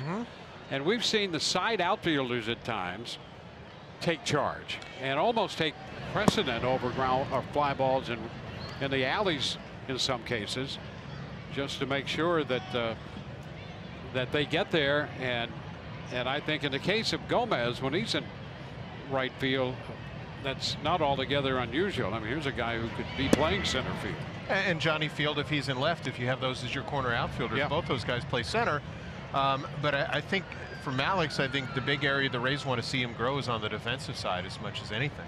Yeah, and right now, Malik's leads the major league outfielders in errors. He's been charged with 5. And so it's still a process, a work in progress there for Malik Smith. You know, the one thing about Malik, he has so much potential with that speed. That's exactly right. I mean, you put him in a race, he's beating everybody. And so if they can hone that speed in, and, you know, unfortunately, it's just the reps. It's the amount of reps that you get there, and that's what makes you better. Because, you know, we all know his work ethic. He's a hard worker. And it's just getting out there and doing it. And the more he's out there, the more comfortable he can get. And the more he might be able to utilize that speed and cover ground. Crone draws the walk. Well, here it is. And to begin with, for the reasons we've already documented, this is not an easy play. With the high sky, Wendell out there trying to find that one. He lost it. And here comes Malik's at the last second. And I think to your point, Neil, you would like Malik's to be there and not have it be a last second effort. I think that's the point that's germane to that situation there. Now today is, I mean, look, it is a challenging day. And I talked to Ozzie Timmons, the Rays first base coach, about this. I said, how does this compare? Because he played at Candlestick. Yep. Oh. And he said, he actually said that yesterday was as windy in terms of catching fly balls as it was when he played in San Francisco. And I can't imagine today's much different because the wind is really swirling around a lot today. Well, and it tends to do that when they built Mount Davis out there in center field. 1-1 the count to Wendell here. Yeah, the conditions at Candlestick Park for outfielders turned out to be nothing short of treacherous. And to think that Willie Mays played out there all those years. About 3 o'clock in the afternoon, the winds would start to kick up. And as the day wore on in the evening, the chills set into that concrete and never left for the summer. Oof. 1 ball, 2 strikes the count on Wendell. Summer was a misnomer, huh? Yeah. You said the chill never left for the summer. That's exactly right. That's yeah. For me being a native Floridian, no Mark thanks. Twain said the longest winter he ever spent was a summer in San Francisco. That's right. There's a fly ball into center, and that's going to drop for a base hit. So Crone moves up to second, and Wendell has his second hit. I think the exact quote was the coldest winter he ever spent. Turned out to be a long summer, either way you looked at it in San Francisco. Yeah. Yep, going down to the wharf yesterday. It was chilly. Absolutely chilly. And the Rays have another opportunity here. They had men at first and second with 1 out in the 4th. They've duplicated that here in the 6th inning, and here's Wilson Ramos as they face Daniel Mengden, who has not given lineups much of anything here lately. He's 5-4, but 9th in the league in team ERA. And a ground ball to short. Pinder, Lowry, and over to first. They get the double play. 6-4-3. We go to the bottom of the 6th, still 3-0.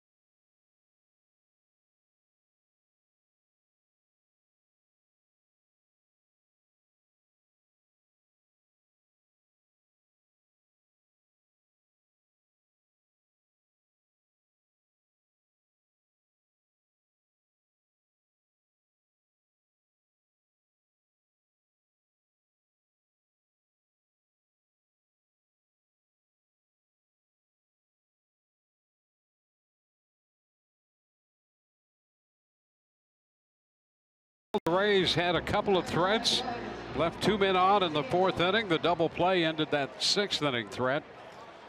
And Ryan Yarborough in relief of Ryan Stanek sent to open the bottom of the 6th inning. Pinder, Maxwell, and Piscotty due up for Oakland.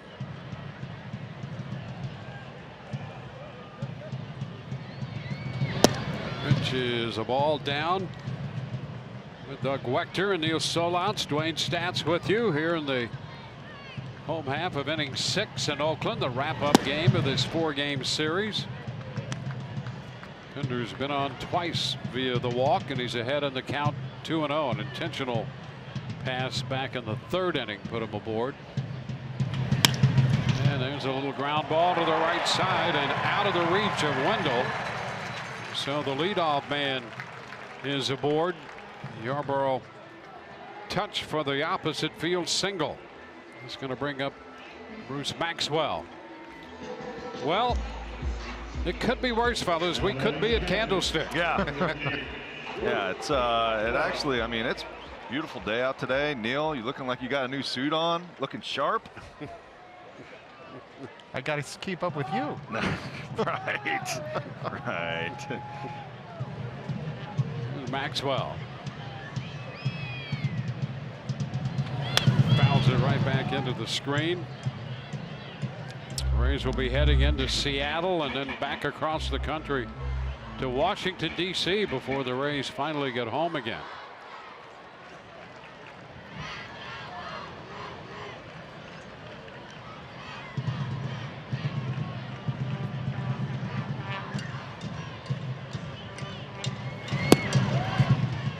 One ball, one strike. Could use the rally goose in the late frames here for the Rays. Yeah.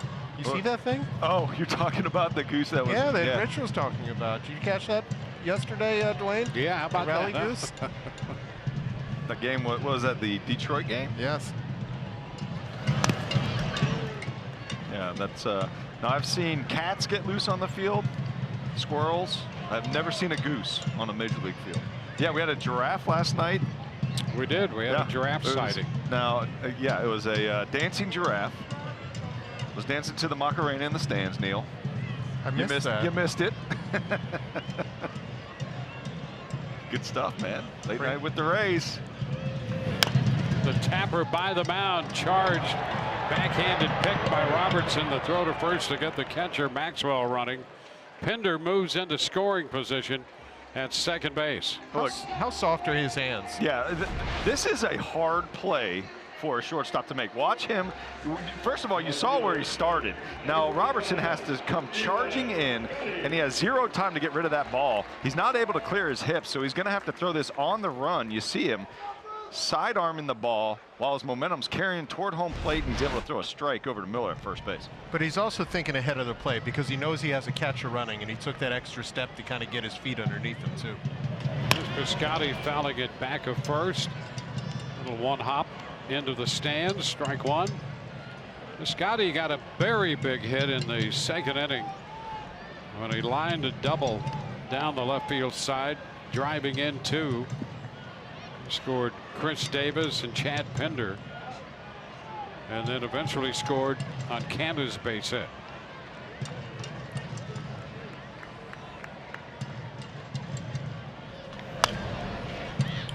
It's probably one of the few changeups that Ryan Yarbrough would want back right now. It's one of the few he's left up.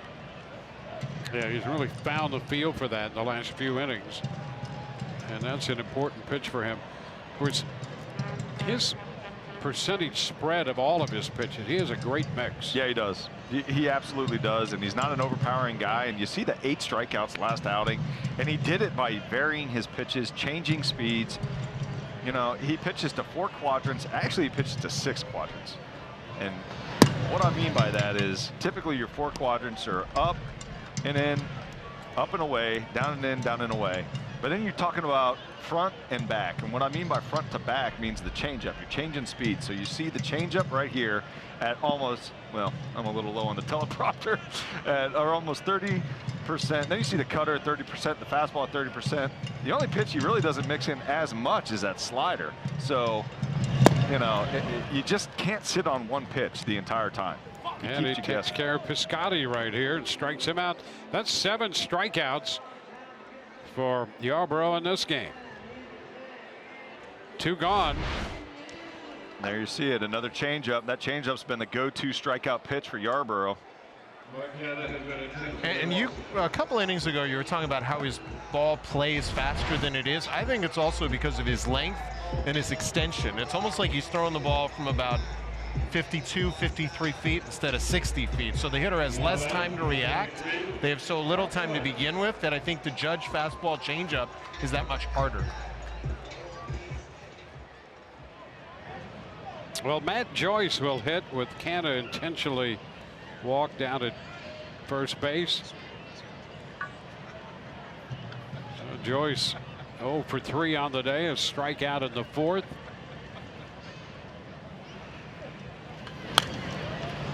fouled back. I think if the A's weren't up 3-0, you might even see them go to Franklin Barreto off the bench and pinch hit.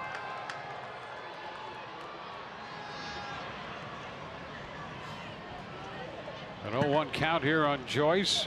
See how difficult it's been for lefties, for Joyce against lefties.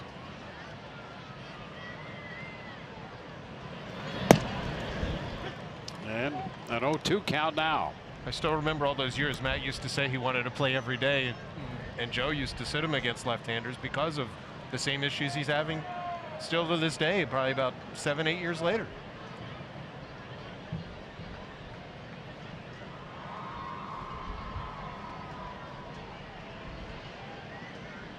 A step back here. Leadoff single by Pinder. They moved to second on the ground ball out by Maxwell. Scotty struck out on the change.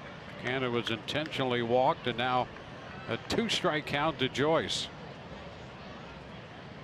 All of the strikeouts have been swinging third strikes posted by Yarborough after following Stanek's 1 1/3 inning stint.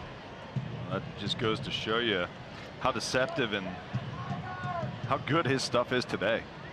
Swing and miss stuff, but when you're only throwing 90, 91, 92, it's not overpowering. He's manipulating the strike zone so well. A ball, 2 strikes. Down and away with that one.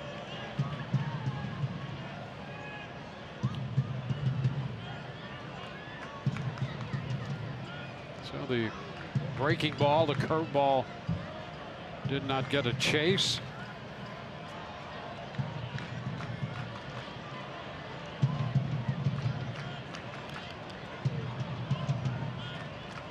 The 1-2 and a cut and a miss. He comes back and strikes him out. So a couple more strikeouts in the 6th inning.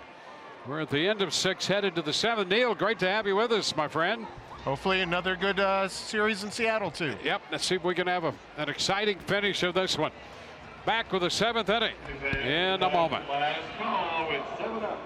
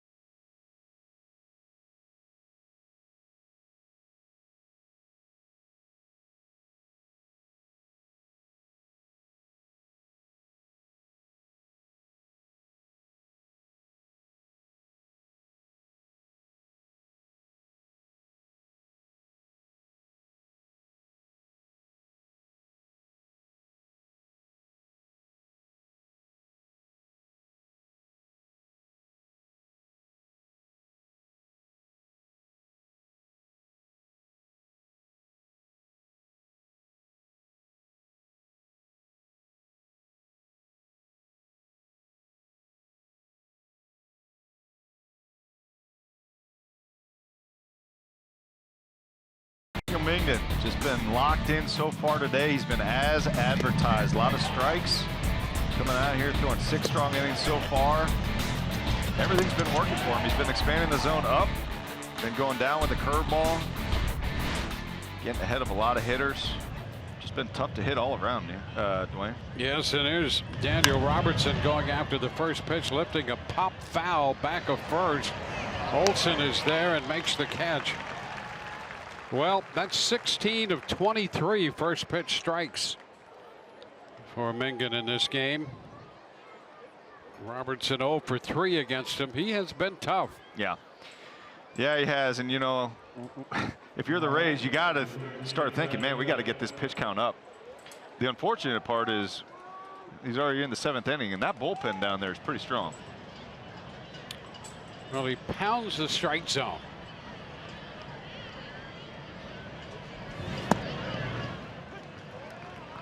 First pitch, a strike to Miller. Miller singled in the second inning, is 1 for 2. Rays have 3 hits on the day, 3 singles, 2 by Joey Wendell and the other one by Miller, who lifts a fly ball to left. That's Joyce making the catch. So 3 pitches and 2 outs. Watch every out-of-market regular season game live at home, in the office, or on the go with MLB.tv. Your subscription includes MLB at Bat Premium, allowing you to watch live baseball on your favorite supported devices. Blackout and other restrictions apply. Visit MLB.tv for details. Rob Refsnyder.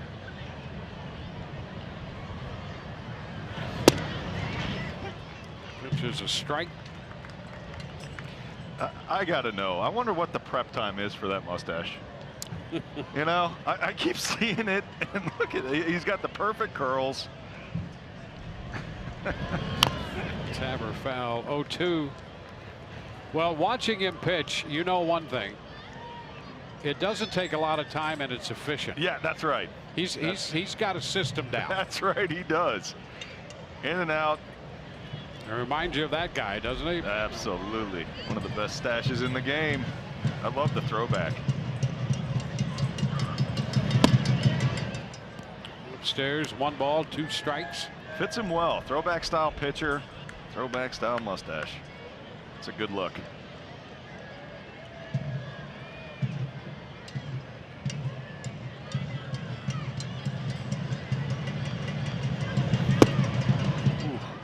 Pitch up a bit, 2-2. You know, it's interesting. Carlos Torres still hasn't opened up that zone, and Mingden's been around it the entire game. A lot of times you see a pitcher who's around the zone the entire game. You start getting rewarded with those borderline pitches like we just saw.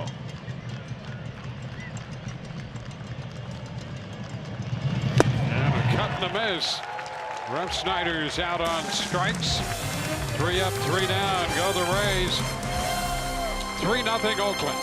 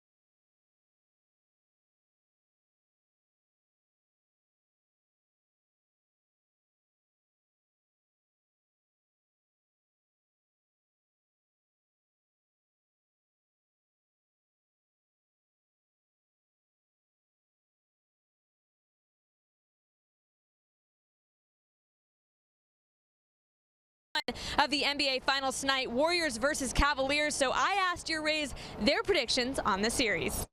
I'm going to pull for the Cavs, but the Warriors, I think, are the better team, so I guess we'll see, but I'm hoping the Cavs win. I can't bet against LeBron.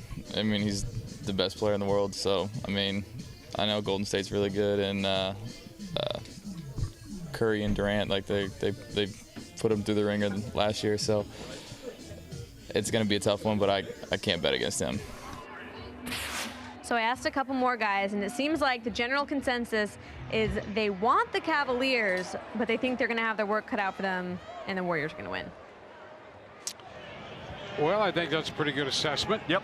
You know, I want to know how many of the fans in the stadium right now are going to watch an entire baseball game and then stroll over to the Oracle Center and catch the first game of the finals. Well, I hope they've done some advanced planning to get their tickets. Yeah. Yeah, I don't think those are too cheap right now. The first pitch here, the bottom of the 7th inning, Jed Lowry takes it upstairs. 1-0. Lowry, Olsen, and Davis due up in the bottom of the 7th inning. Strike on the outside edge, 1-1. Boy, Ryan Yarbrough really finding a good rhythm right now. Outside of that first inning where he had to come in, man on first and second. He's just went off Lowry's foot, 1-2. But he has just dialed it in since then. Really looking outstanding the last few innings. That never feels good. Nope. I am so glad I'm up in the booth and not having that on my foot right now. I'm watching that. I mean, you know, obviously I didn't hit in the big leagues, but when you talk to hitters that go through that, they say that's one of the worst feelings as a hitter. They'd rather get plunked than foul a ball off their foot. And that obviously depends on who's pitching too.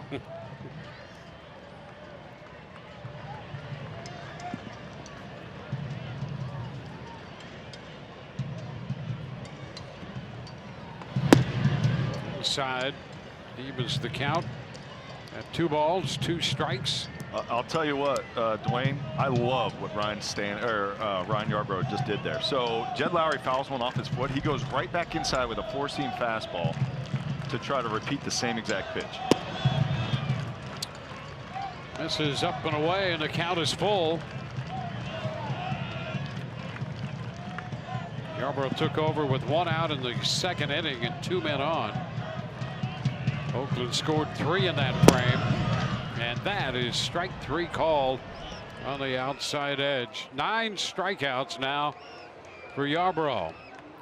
Well, the Rays wrapping up this stop in Oakland. Here's what's coming up tomorrow on Rays Live, the pregame show presented by your local Honda dealers. We'll have Late Night from Seattle, and Orestes will break down the Mariners' Mitch Haniger. Left-handed hitting first baseman Matt Olson fouls it back. First pitch fastball, strike 1. Olson reached on the error charge to Malik Smith in the 5th inning.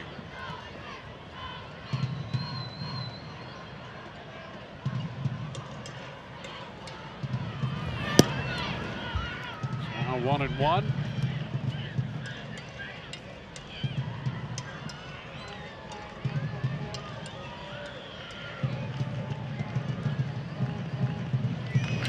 There's a long one deep to right, and that one is out of here. Olson showing some of that power. Hits his 9th home run of the year. 2nd run charged to Yarbrough in this game. Boy, that baby gone up on contact. Yeah, and Matt Olson only hitting 147 coming into today on day games, so he doesn't hit the ball well during the day, but he sat back on this off-speed offering from Yarbrough and did an excellent job of turning on this pitch. You see the slider up in the zone. Yarbrough not getting it down where he wanted it, and Olson making the pay. Boy, great shot right there of Olson clearing the hips, driving that ball out to right. Well, Davis fouling it back and out of play. He opened their 3-run 2nd inning with a double. Davis, and Olson has added to that with a home run in the 7th. It's up and in, 1-1.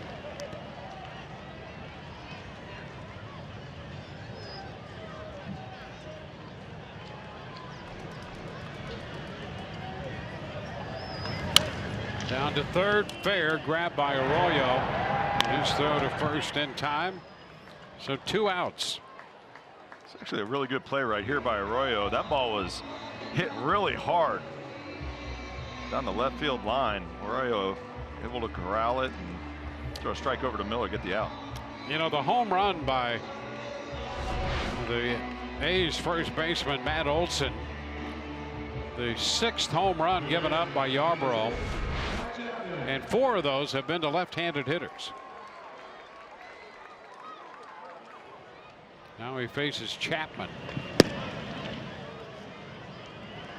Chapman 0 for 3. The only run he gave up last outing was in fact a home run. So outside of the solo home runs, Yarbrough has just been flat out incredible this year. Well, 9 strikeouts. Entering this game 1 out in the 2nd inning. That's a high. Had 8 against Baltimore. That's a game in which he went 7 innings, and the 1 run he gave up was the homer to Scope. Now a long one to left by Chapman, and that one will get out of here. Chapman on a 2-0 pitch. That will make it 5-0.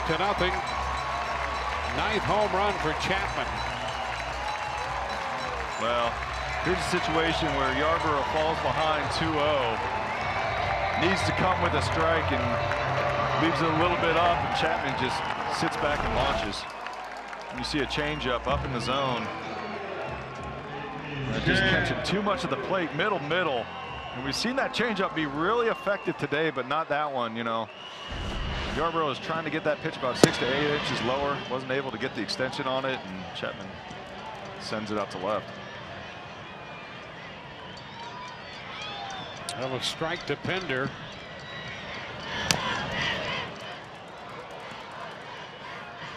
So 6 of the 7 home runs, solo home runs for Yarborough. Tells me that out of the windup is when Yarborough is the most susceptible to giving up the long ball. Well, the A's have hit 2 in the 7th.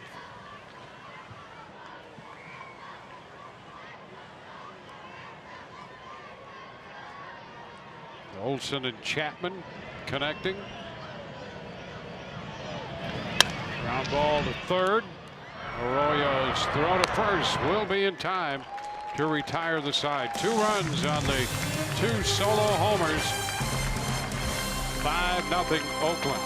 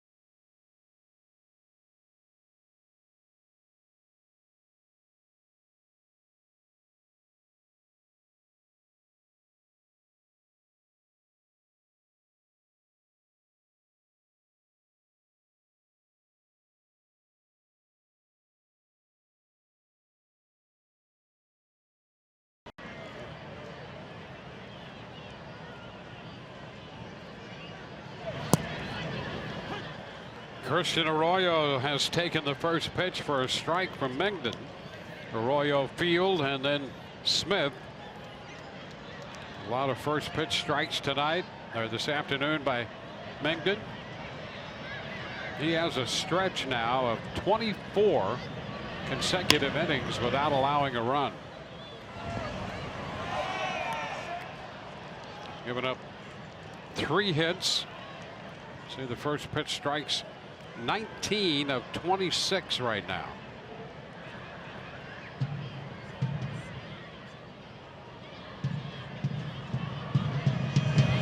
And a swing and a miss by Arroyo. He's out on strikes. Mengden has spread 5 strikeouts throughout the Rays lineup. Well, here you see it, a fastball 4-seamer up in the zone. able to get it by Arroyo, and you know, Mingden coming off of a complete game 2-hit shutout. Coming into the day, you see that pitch count, only 84 after 7 1/3 innings. I mean, that is, if that's not efficient, I don't know what is. Well, he has been everything as advertised here today from what we had heard about him.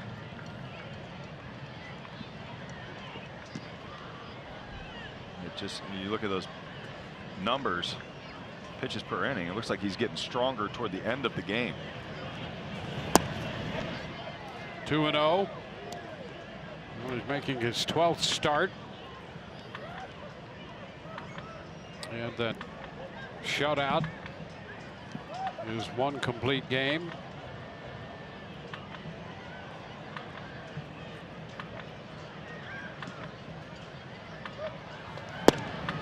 And he picks up the outside corner.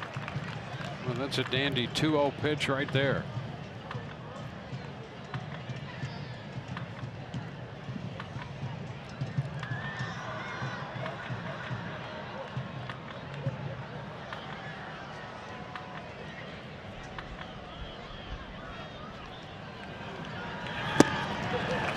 Two and two. Well, throwing 92, 93 miles an hour. He doesn't have a true power fastball, but he sets it up so well, it jumps on you. You just can't sit on the fastball because he throws everything else for strikes.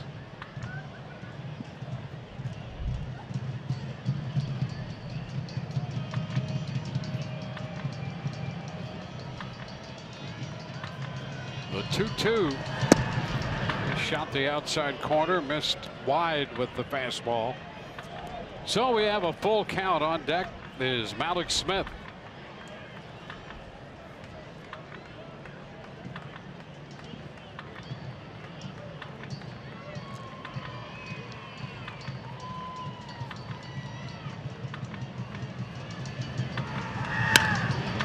Lifted toward right center.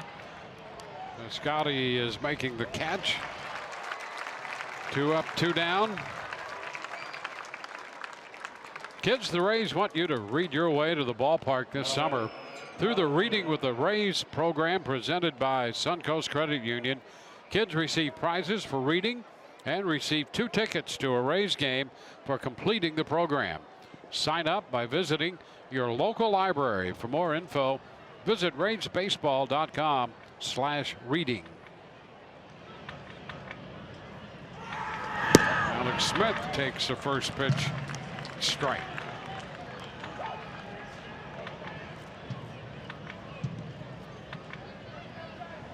Alex 0 for 3.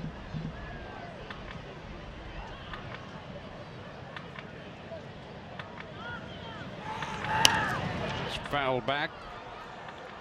Mingden attacking the strike zone here late in this game. And you know what else he's doing? He's attacking the inside corner.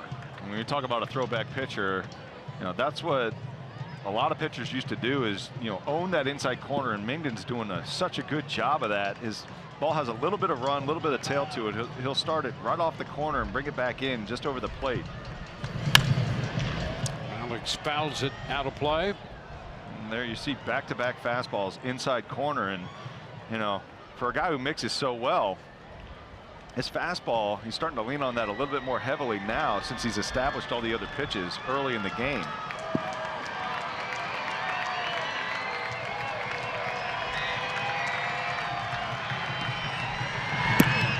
This pitch down and in. 1 ball, 2 strikes. C.J. Cron is on deck right now. Bases empty, 2 outs in the 8th. Rays have shut out Oakland twice in this series. They are without a run in the 4th game of the series. Ground ball to short. Pender makes the play. Smith out number 3. And we're going to head into the bottom of the 8th. 5-0 Oakland.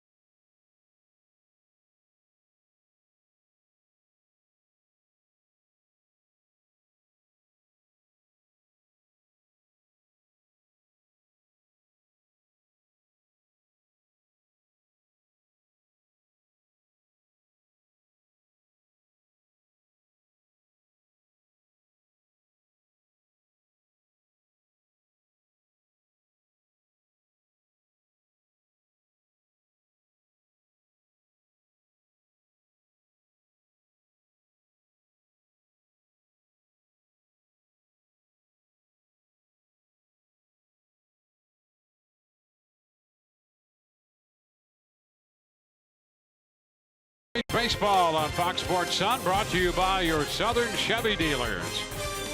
By Eldorado Furniture, the Memorial Day sales event going on now.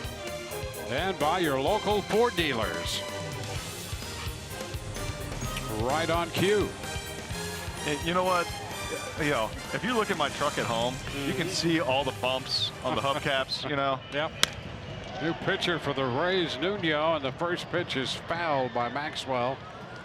I would have no chance to drive in San Francisco. Just no chance.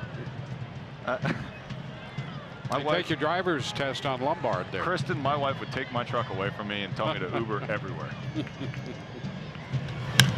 Fly ball short left. Ref Snyder is there and makes the catch. And one out in the bottom of the 8th. Ryan Yarbrough worked 5 2/3. Gave up 5 hits, 3 runs, a couple solo home runs, struck out 9, and walked 3, made 100 pitches, 65 for strikes. And it's funny, he goes in there and struggles the first inning a little bit, trying to find the zone. Came into a tough situation with a man on first and second, but really settled in after that.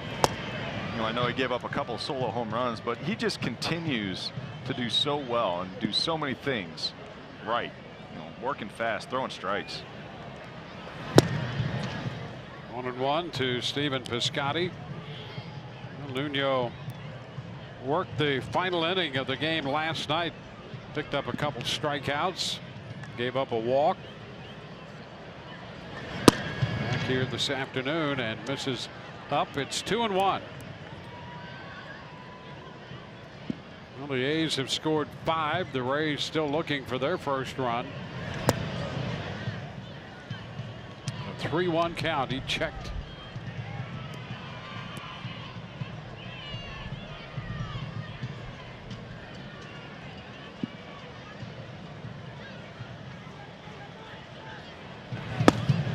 And a 1-out walk. Walk number 5 allowed by Nuno. Out of the entire series, you see the A's a little more settled in on offense today, taking the counts a little bit deeper. Seemed like they have a better approach today than they've had the rest of this series. And prior to today, they've really struggled with the bats. First pitch down and in to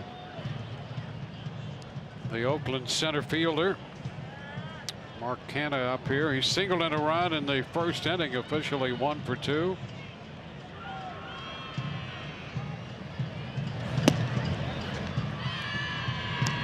Nuno misses again. 2 balls, no strikes.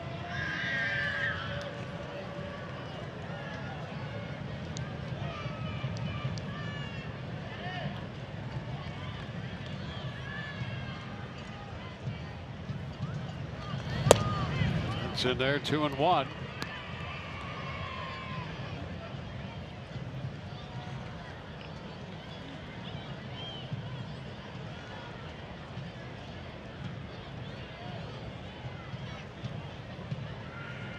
the Rays will be headed into Seattle, opening a series against the Mariners tomorrow night. Mariners host the Texas Rangers tonight. Might get in there and stop by the ballpark. Yeah, there you go. Catch some free baseball. You know, I love Safeco Field. It is by far one of my favorite stadiums to go visit. They just did such a good job building that. That's a strike. 3-2. Yeah, it's one of my, I think one of my top 2 among the newer ballparks. They've done a great job in Seattle. I like the Houston ballpark. They've done a good job over there. What's your favorite all-time stadium to call a game in? Well, you know, Wrigley and Fenway are now in categories all their own. They are. I agree. From the historical perspective, so I sort of set those aside because they're not the most comfortable games that you're going to work in, but they have great settings and wonderful old ballparks. And there's a wonderful catch by Miller and just about doubled up Piscotty at first. Brad Miller in foul territory got out there from first base to make a nice catch for the second out in the 8th. Well, I'll tell you what, I think if Nuno would have just tagged the base instead of trying to slap the tag, would have had him. Here you see the fresh catch of the day, your Bonefish Grill fresh catch of the day. And right here, you see how Nuno tries to slap the tag, and Miller, I mean, great job tracking that ball in.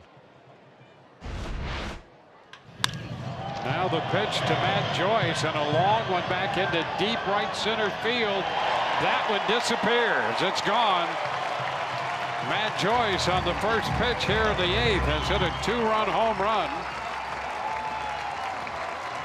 His 7th home run of the year as he takes Nuno deep. So Oakland tags on 2 more. It's 7-0. Boy, not expecting that from Matt Joyce at all. He's really been struggling going into today. But he goes out there and looks for a first pitch fastball. That's exactly what he gets from Nuno. Up in the zone, catching too much of the plate. Joyce able to get extended on it and send it over to the 388 mark. It's only his 2nd hit off a lefty. He's 2 for 16 against left-handed pitching, but that's his 7th home run. You see, a big greeting there. Yeah, you see, he needed that, huh? That was a big hug. I don't know the countdown to Lowry. Well, let's go back. So what would be your favorite stadium to call a game in, excluding, Fenway and Wrigley? Well, I think one of the reasons, and you like Safeco, I really enjoy that ballpark there. I enjoy the booth there. That's a good spot. I'd have to think about that for a while. Yeah. But both those parks that I mentioned, Seattle and Houston, have great ballparks. Into right field. It's Johnny Field making the catch. That ends the 8th, but 2-run score. Crone will lead off the 9th for the Rays.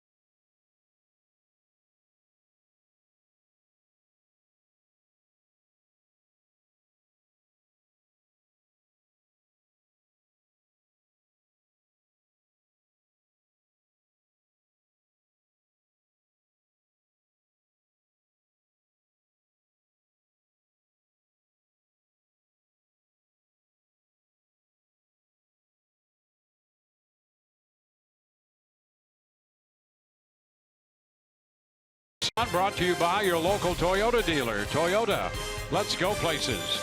By Freedom Boat Company, the freedom to be on the water without the hassle of boat ownership. And by your local Honda dealer.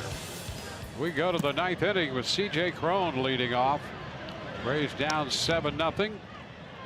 Migden on the hill. He has shut out the Rays through 8 innings. Coming off a shutout his last time out against Arizona.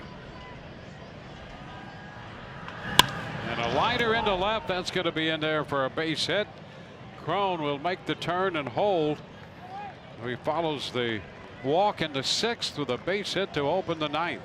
We'll see how long it takes for Bob Melvin to get somebody up in the bullpen. As of right now, nobody's even stirred down there. Migden, 97 pitches and been in total command of the game. This is the first time the Rays have put the leadoff man on base today. We do see some stirring down there in the bullpen. Joey Wendell will be the hitter.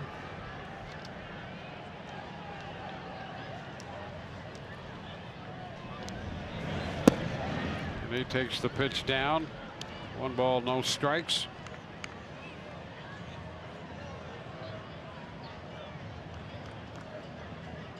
Wendell with 2 of the hits for the Rays today, which is exactly half of the hits they picked up on Mingden.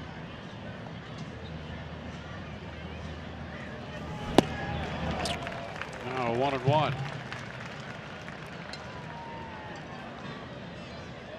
This next pitch will be pitch number 100 for Mingden.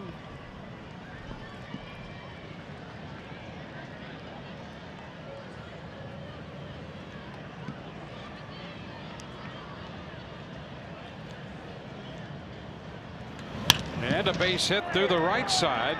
A 3-hit day for Wendell. That moves Crone up to second base. So 2 on with nobody out in the top of the 9th inning. Rays just did get some action up in the bullpen. The bullpen hasn't been active all that long. And they have Josh Lucas up in the bullpen. Yeah, and here you see the afternoon for Daniel Mangden. Just lights out from the start.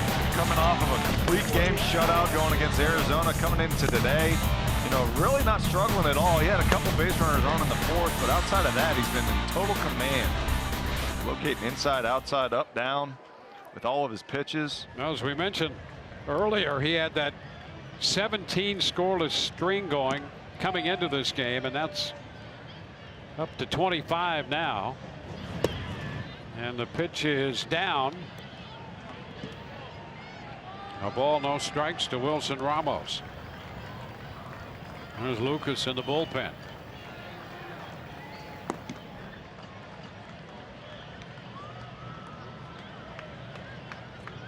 Back-to-back hits for the Rays. This one headed toward the gap into right center field. That's going to get a run home. Crone will score. Wendell's going to be waved around. Both runs score on the double by Ramos. So Ramos extends his hitting streak to 11 and gets the Rays on the board. It's now a 7-2 ball game, and that's going to be it for Mingden. So the Rays, who had accumulated 3 hits all day, have 3 in a row here in the 9th inning. And Mingden will depart. Call to the bullpen brought to you by the Florida Lottery.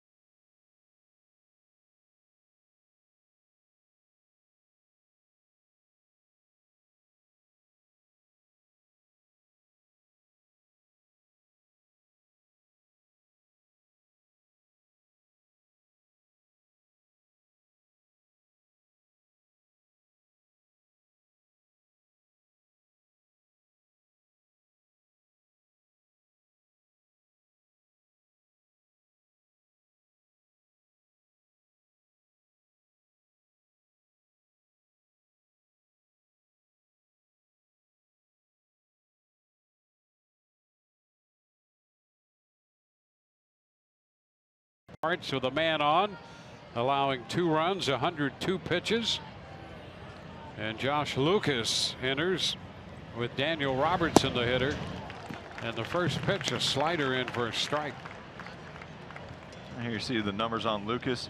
coming up for his third stint in the big leagues this year. He's kind of one of those guys who's been up and down, AAA to the big leagues, and a little unorthodox delivery, low 3/4. Robertson missed that one, 0-2.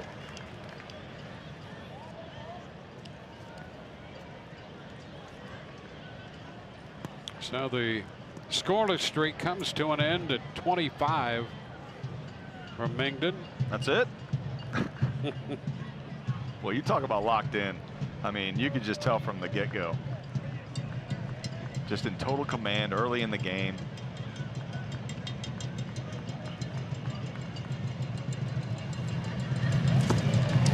And Robertson out on strikes with a toss down to first to complete that one.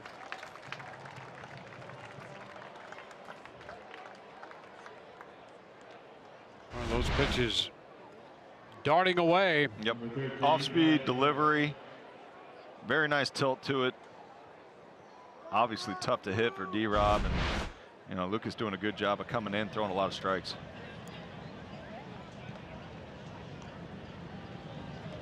There's Brad Miller. Ramos at second base. Pitch is wide.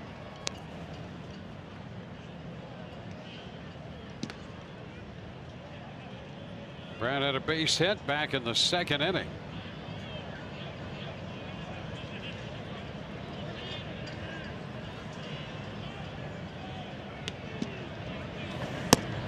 Now it's 2-0.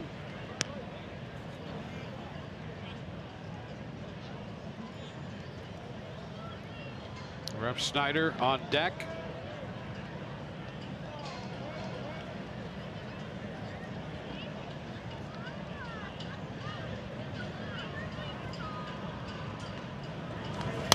It's foul the other way, 2-1. Yeah, the Rays ran into a very hot pitcher. He was focused and has been. Mingden making his 12th start. 25-year-old right-hander.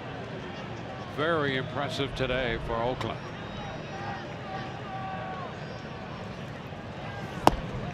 Lucas misses. It's now 3-1. Yeah, and it's even more impressive what Mingden's done against this Rays offense because of how hot the offense has been. You know, we see how many guys in this Rays lineup, top to bottom, have been getting multi-game hits, coming in on multiple game hit streaks.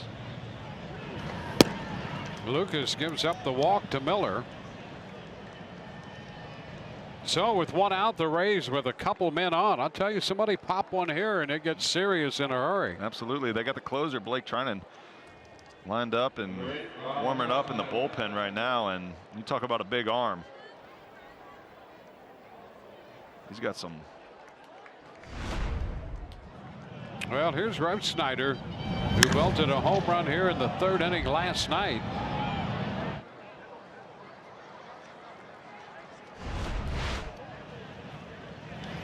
And he takes the pitch wide for a ball.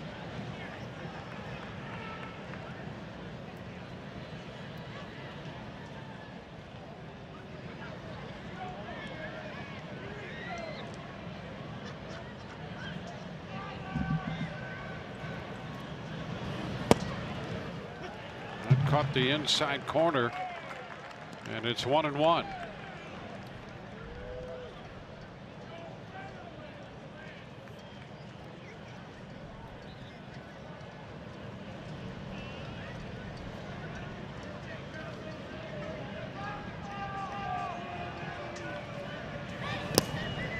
Too low. 2-1.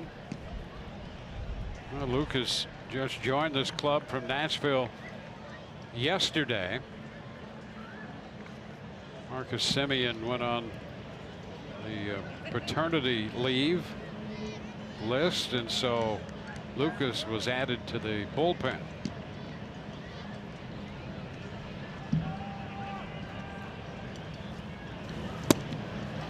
Now he finds a strike almost a crossfire. Yep. With that delivery. Well, you can see why he can be so effective when he's in the strike zone, but that's the big key with Lucas. You know, his stuff moves all over the place. He's got a deceptive delivery. It's a lower 3/4 angle, but if you're not in the strike zone, it's tough to defend.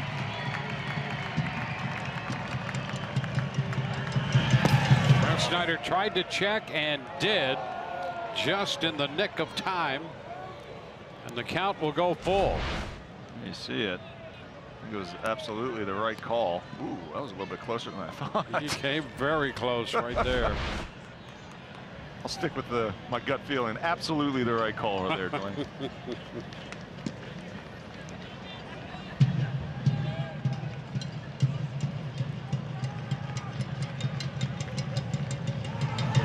And strike 3 called. He was trying to coax the walk. That pitch a strike at the knees. And that'll be out number 2. Boy, what a difference. That pitch right there. Boy, you're not kidding. Makes a big difference in the Rays' chances and how Oakland feels about this game right now. Yeah, absolutely. I mean, look, we're going, if this is called a ball, we're going bases loaded with only 1 out. But instead, you know, Lucas being able to execute a nice 12-6 curveball on a 3-2 pitch. That's a big pitch for him. Christian Arroyo fouls the first one. Strike 1.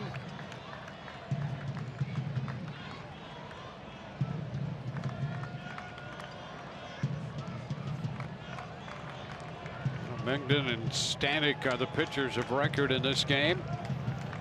2 men on, 2 runs home in the 9th, 2 men out. And an 0-2 count on Arroyo.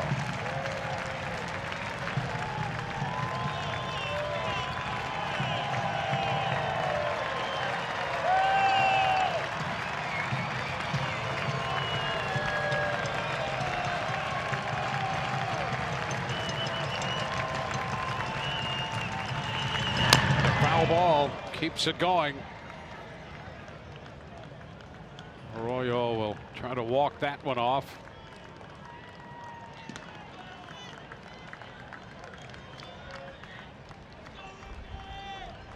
A 7-2 ball game here in the 9th inning. Rays will be headed to Seattle. Mike Leake will start for Seattle tomorrow. And the even bet is that Romo will open that game for the Rays tomorrow. There's a liner. That's going to be a base hit back into the corner. More runs will score. Ramos will cross the plate. Miller to third. It'll be a double for Arroyo. And so the Rays make it a 7-3 ball game, and that's going to be it for Lucas. Bob Melvin comes out, and he's going to have to go to his closer. Well, Christian Arroyo kept it alive with that foul ball before shooting a double into the left field corner. New pitcher coming. Call to the bullpen brought to you by the Florida Lottery.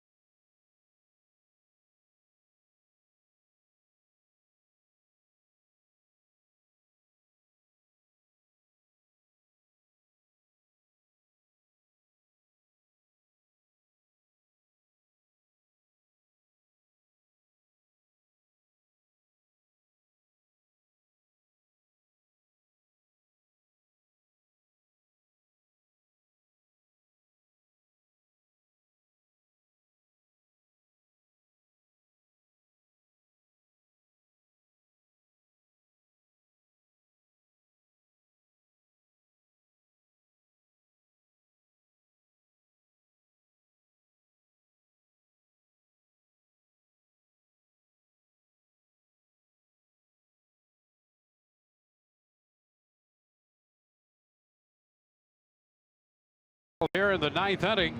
This summer, the World Cup comes to Fox and FS1. Every match live and over 300 hours of coverage. The world's biggest sporting event begins June 14th on Fox and FS1. Blake Trinan, the closer, into this game with minutes second and third, 2 gone, and Johnny Field is the hitter. Mingen works 8 innings plus, gives up 3 runs on 6 hits. All of these runs charged to him. Pop fly, short center, out from shortstop. That ball is bobbled and caught by Pinder with his back to the infield. And this game will end on that note. They weren't sure if Cano was going to get to that ball or not. And Pinder out there with his glove outstretched. Here's another look. Are you kidding me with this catch? Bare hands. The ball, I mean, there is no way you're supposed to be able to catch that baseball, and Pinder doing such a good job of keeping his eye on the ball. Basic elements in Little League. That's what you're taught. Keep your eye on the ball. That's exactly what Pinder did, and comes up with a catch. Shows the fans. So it's a 7-3 final. The Rays dropped the final game of this series. They win 3 of 4 from Oakland. Mingen will get the win. Stanek will take the loss. See the total, 7-7-0 with 7 left for Oakland. 3-7-2 for the Rays with 6 men left. And the Rays will now wrap it up and head into Seattle for the second stop on this road trip. For Doug Wechter and Michelle Margot, Dwayne Stats, hope you've enjoyed the telecast. If not, the outcome, Oakland 7, Rays 3. We'll see you tomorrow from Seattle.